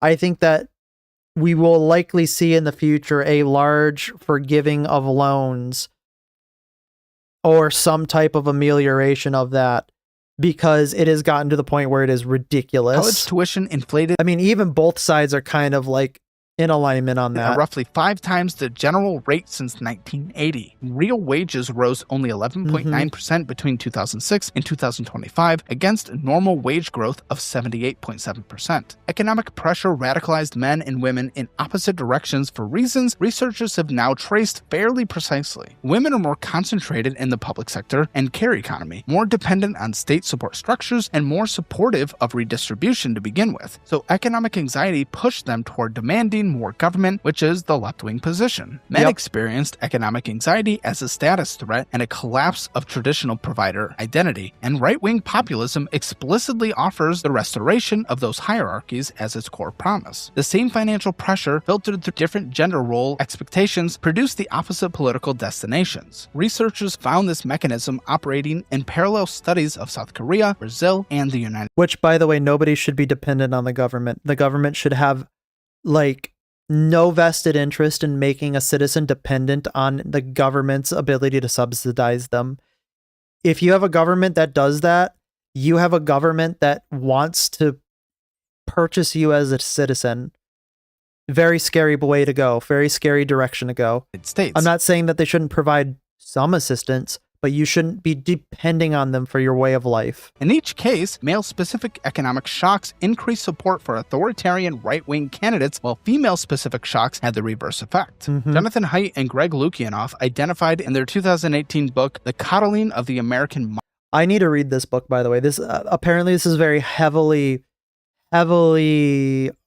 suggested. Mind, what they called 3 great untruths, ideas that contradict both ancient wisdom and modern psychology and produce real harm in people who internalize them. The first, that what doesn't kill you makes you weaker, contradicting the established research showing children are antifragile and require exposure to stressors to rebuild resilience. The second, that you should always trust your feelings as guides to reality. The third, that life is a battle between good and evil people. All 3 were baked into the environment Gen Z grew up inside. The first through overprotective helicopter parenting that systematically cleared obstacles. The second through the therapy speak culture of social media. And the third through identity politics, framing a progressive activism on campus and online. Going the a little bit later generation than that normal, absorbed all 3 simultaneously arrives at adulthood with a particular vulnerability to ideological capture. The dating and relationship data shows where all of this lands in practice. Pew Research found that 63% of American men under 30 are currently single versus 34% of women in the same bracket. Though I'm not a big numbers guy, not a big math guy, but that math doesn't add up. That's a little, can we run those numbers again? the General Social survey puts the male to female single gap closer to 10 points, when accounting for men who date younger women outside the 18 to 29 survey frame. On dating apps, female users swipe 14% of the time on average. Male users swipe right 46% of the time. OkCupid found 72% of female respondents. Dating apps are terrible, by the way. I've only used a dating app once, and I was like, never again. Saying they couldn't date someone with opposing political views. Political mentions in dating profiles increased 187% between 2017 and 2018 alone. In Washington, D.C., OkCupid data shows the share of users requiring same-party matches jumped from 45% in summer of 2024 to 58% after Trump's January 2025 inauguration. The 2025 NBC News survey data makes the divergence concrete at the level of personal values. Gen Z men who voted for Trump ranked having children first on the list of what defines personal success. Gen Z women who voted for Harris ranked children second to last. You'll probably hear it a lot. Young female Harris voters ranked emotional stability third most important. Young male Trump voters ranked it second to last. Marriage ranked fourth among Trump young voting men and 11th among Harris voting young women. These are not different positions on immigration or tax policy. They reflect fundamentally different versions of what a life well lived is supposed to look like, and they are held by people who would, in prior generations, have expected to build that life together. I think that's a pretty insightful look at it, is there are two very different trajectories that are existing in contrast to one another. And you can't live in a society like that. You just can't. There is no society if there's no commonality.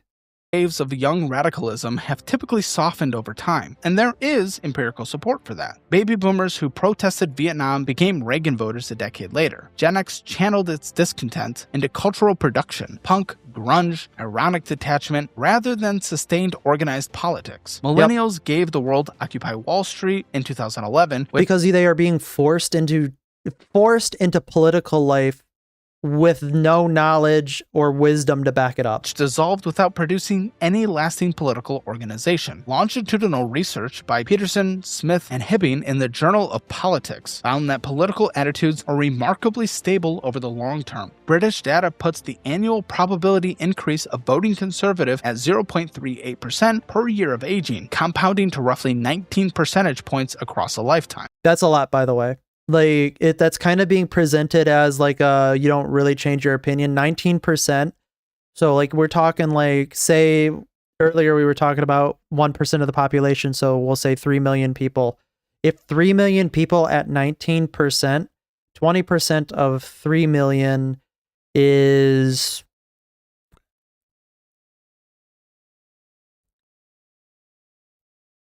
600,000, I think. 600,000 changing their vote, or the probability of 600,000 changing to a different party, could be the difference between an election. So even though that doesn't seem like a big number, That's a big number when we're talking about macro scale. The complication for Gen Z is that home ownership has historically been the single strongest predictor of conservative drift, and Gen Z's home ownership trajectory is worse than any prior cohort in modern American history. If the economic conditions that make traditional adult milestones inaccessible persist, the standard mechanisms that moderate prior generations of young radicals may not engage. It's unfortunate because it is what this is saying is it is creating the catalyst for people to essentially have a situation in which there is nothing left for them to live for. And when you have a population of people who have nothing that they have left to live for, you have a very bad problem, a scary problem, a very scary problem. And I'm hoping that we don't get to that point. But we are rushing headlong into it, especially with the way that we are politically in contrast with one another and how we seem content to continue to be in contrast with one another. Generation's extremism didn't emerge from a temporary youthful phase. It emerged from conditions, structural housing unaffordability, debt loads that extend into middle age, an economy where real wages grew only 11.9% over 2 decades that aren't resolving on their own as people get older. Gen Z's radicalism will also never resolve differs on their from own. prior youth radicalism in 3 specific ways. Like, I really hate to say it, but there needs to be somebody that we need to have a somewhat constrained but strong leader come in and say, we're done. This is how we're doing it. We're fixing the problem. I am afraid that we will not have the maturity to constrain them properly, and they are going to come in and radically change the system for the worst. Make it harder to dismiss as cyclical. The gap is A gendered very delicate rather than balance that I hope generational. that we the can 1960s balance. divide was But if between history is young and anything to old. go off Don't of, trust anyone over hard. 30. Gen Z's divide runs between young men and young women within the same birth cohort. Locality's longitudinal research confirmed this directly. Young women have become significantly more liberal and embraced anti-patriarchal values over the last decade, while young men have stayed relatively the same. Yeah, Second, because men are Gen just Z kind of is like go polarized with the in both flow, directions generally simultaneously. speaking. Jean Twenge found twice as many Gen Z members identifying as very conservative as Gen X members did at the same age in the Reagan era, 1980s, while the because they have been pushed there. share of identifying as very liberal I'm going to hazard a guess that generally the people who identify as extremely conservative are probably more of the opinion, well, I guess I'm conservative now, as opposed to genuinely, like, actively believing it.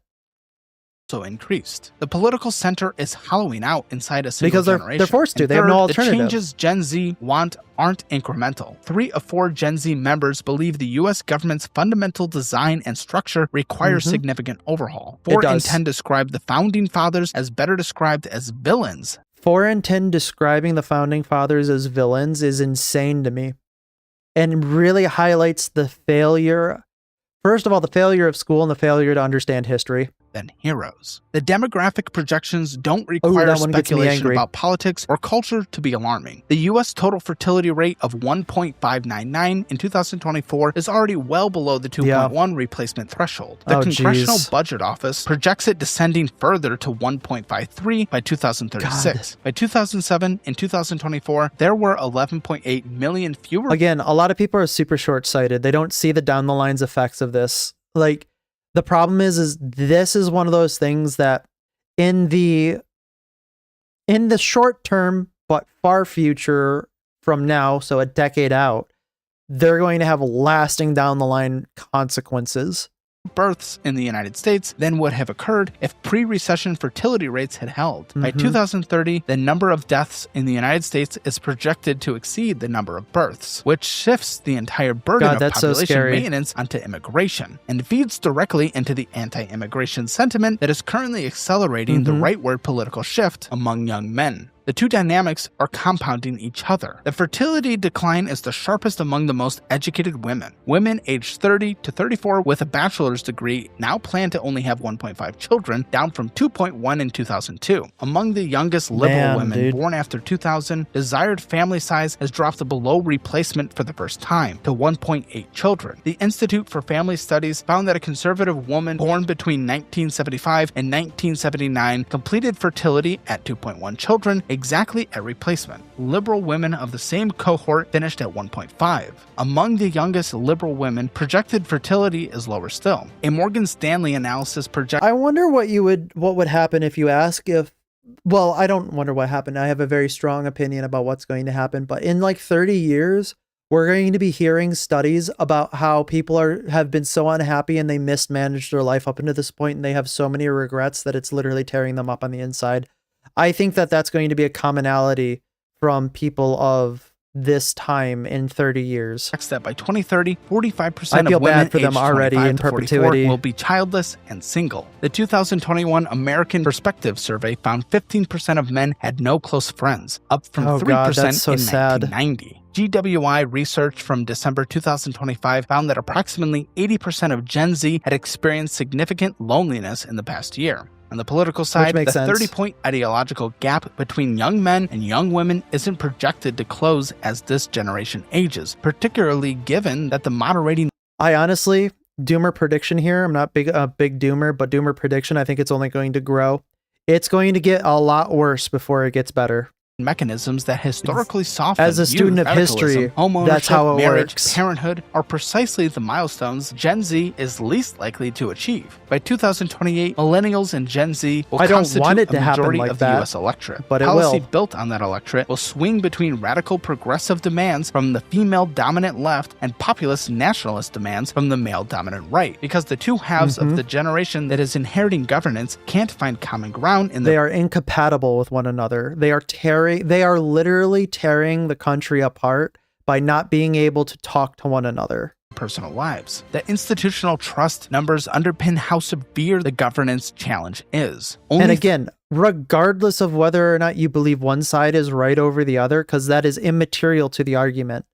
The argument really is you cannot agree on anything. And if you can't agree on anything, that's where the country ends. 3% of young Americans describe the U.S. as a healthy democracy. Only 9%. It's not a democracy. It is a constitutional republic. It is not a democracy.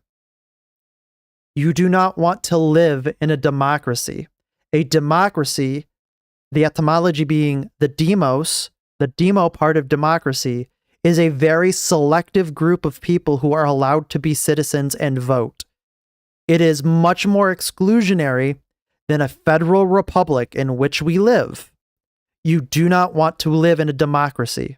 Think it's headed in the right direction. Congress earns trust from 12% of them, the media 10%, Wall Street 9%, and billionaires 6%. An electorate with those numbers don't produce centrist governance. It produces exactly what it's currently producing: escalating Chaos. instability, growing executive power, declining legislative function, and a political culture where the purpose of winning isn't to govern, but to defeat the other side. South Korea remains the most useful single reference point precisely because it arrived at this destination early. That is definitely the scariest thing. If you're electing somebody just to defeat the other side, get out of politics.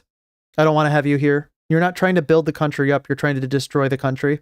The government spent more than $200 You should be voting for billion policy trying to for reverse something, the birth not rate, against and the rate someone. keeps falling. The gender political gap has not narrowed. Young men and young women are not reconciling. The loneliness data is not improving. South Korea isn't a warning that things might go badly. It is a demonstration of what the endpoint looks like when the forces driving Gen Z radicalization are allowed to run to completion without a structural correction. A total fertility rate of 0.72, producing, without immigration, a population roughly half its current size within 2 generations. Young people who view each other primarily as political adversaries rather than potential partners. And a government that has spent tens of billions of dollars discovering that money doesn't fix a problem rooted in cultural fracture. The government will never be able to fix a problem that the country and society doesn't want to fix. None of the forces that built Gen Z's You cannot fracture force has people to reversed do course. something. The platforms... Well, that's a lie. You can definitely force people to do something.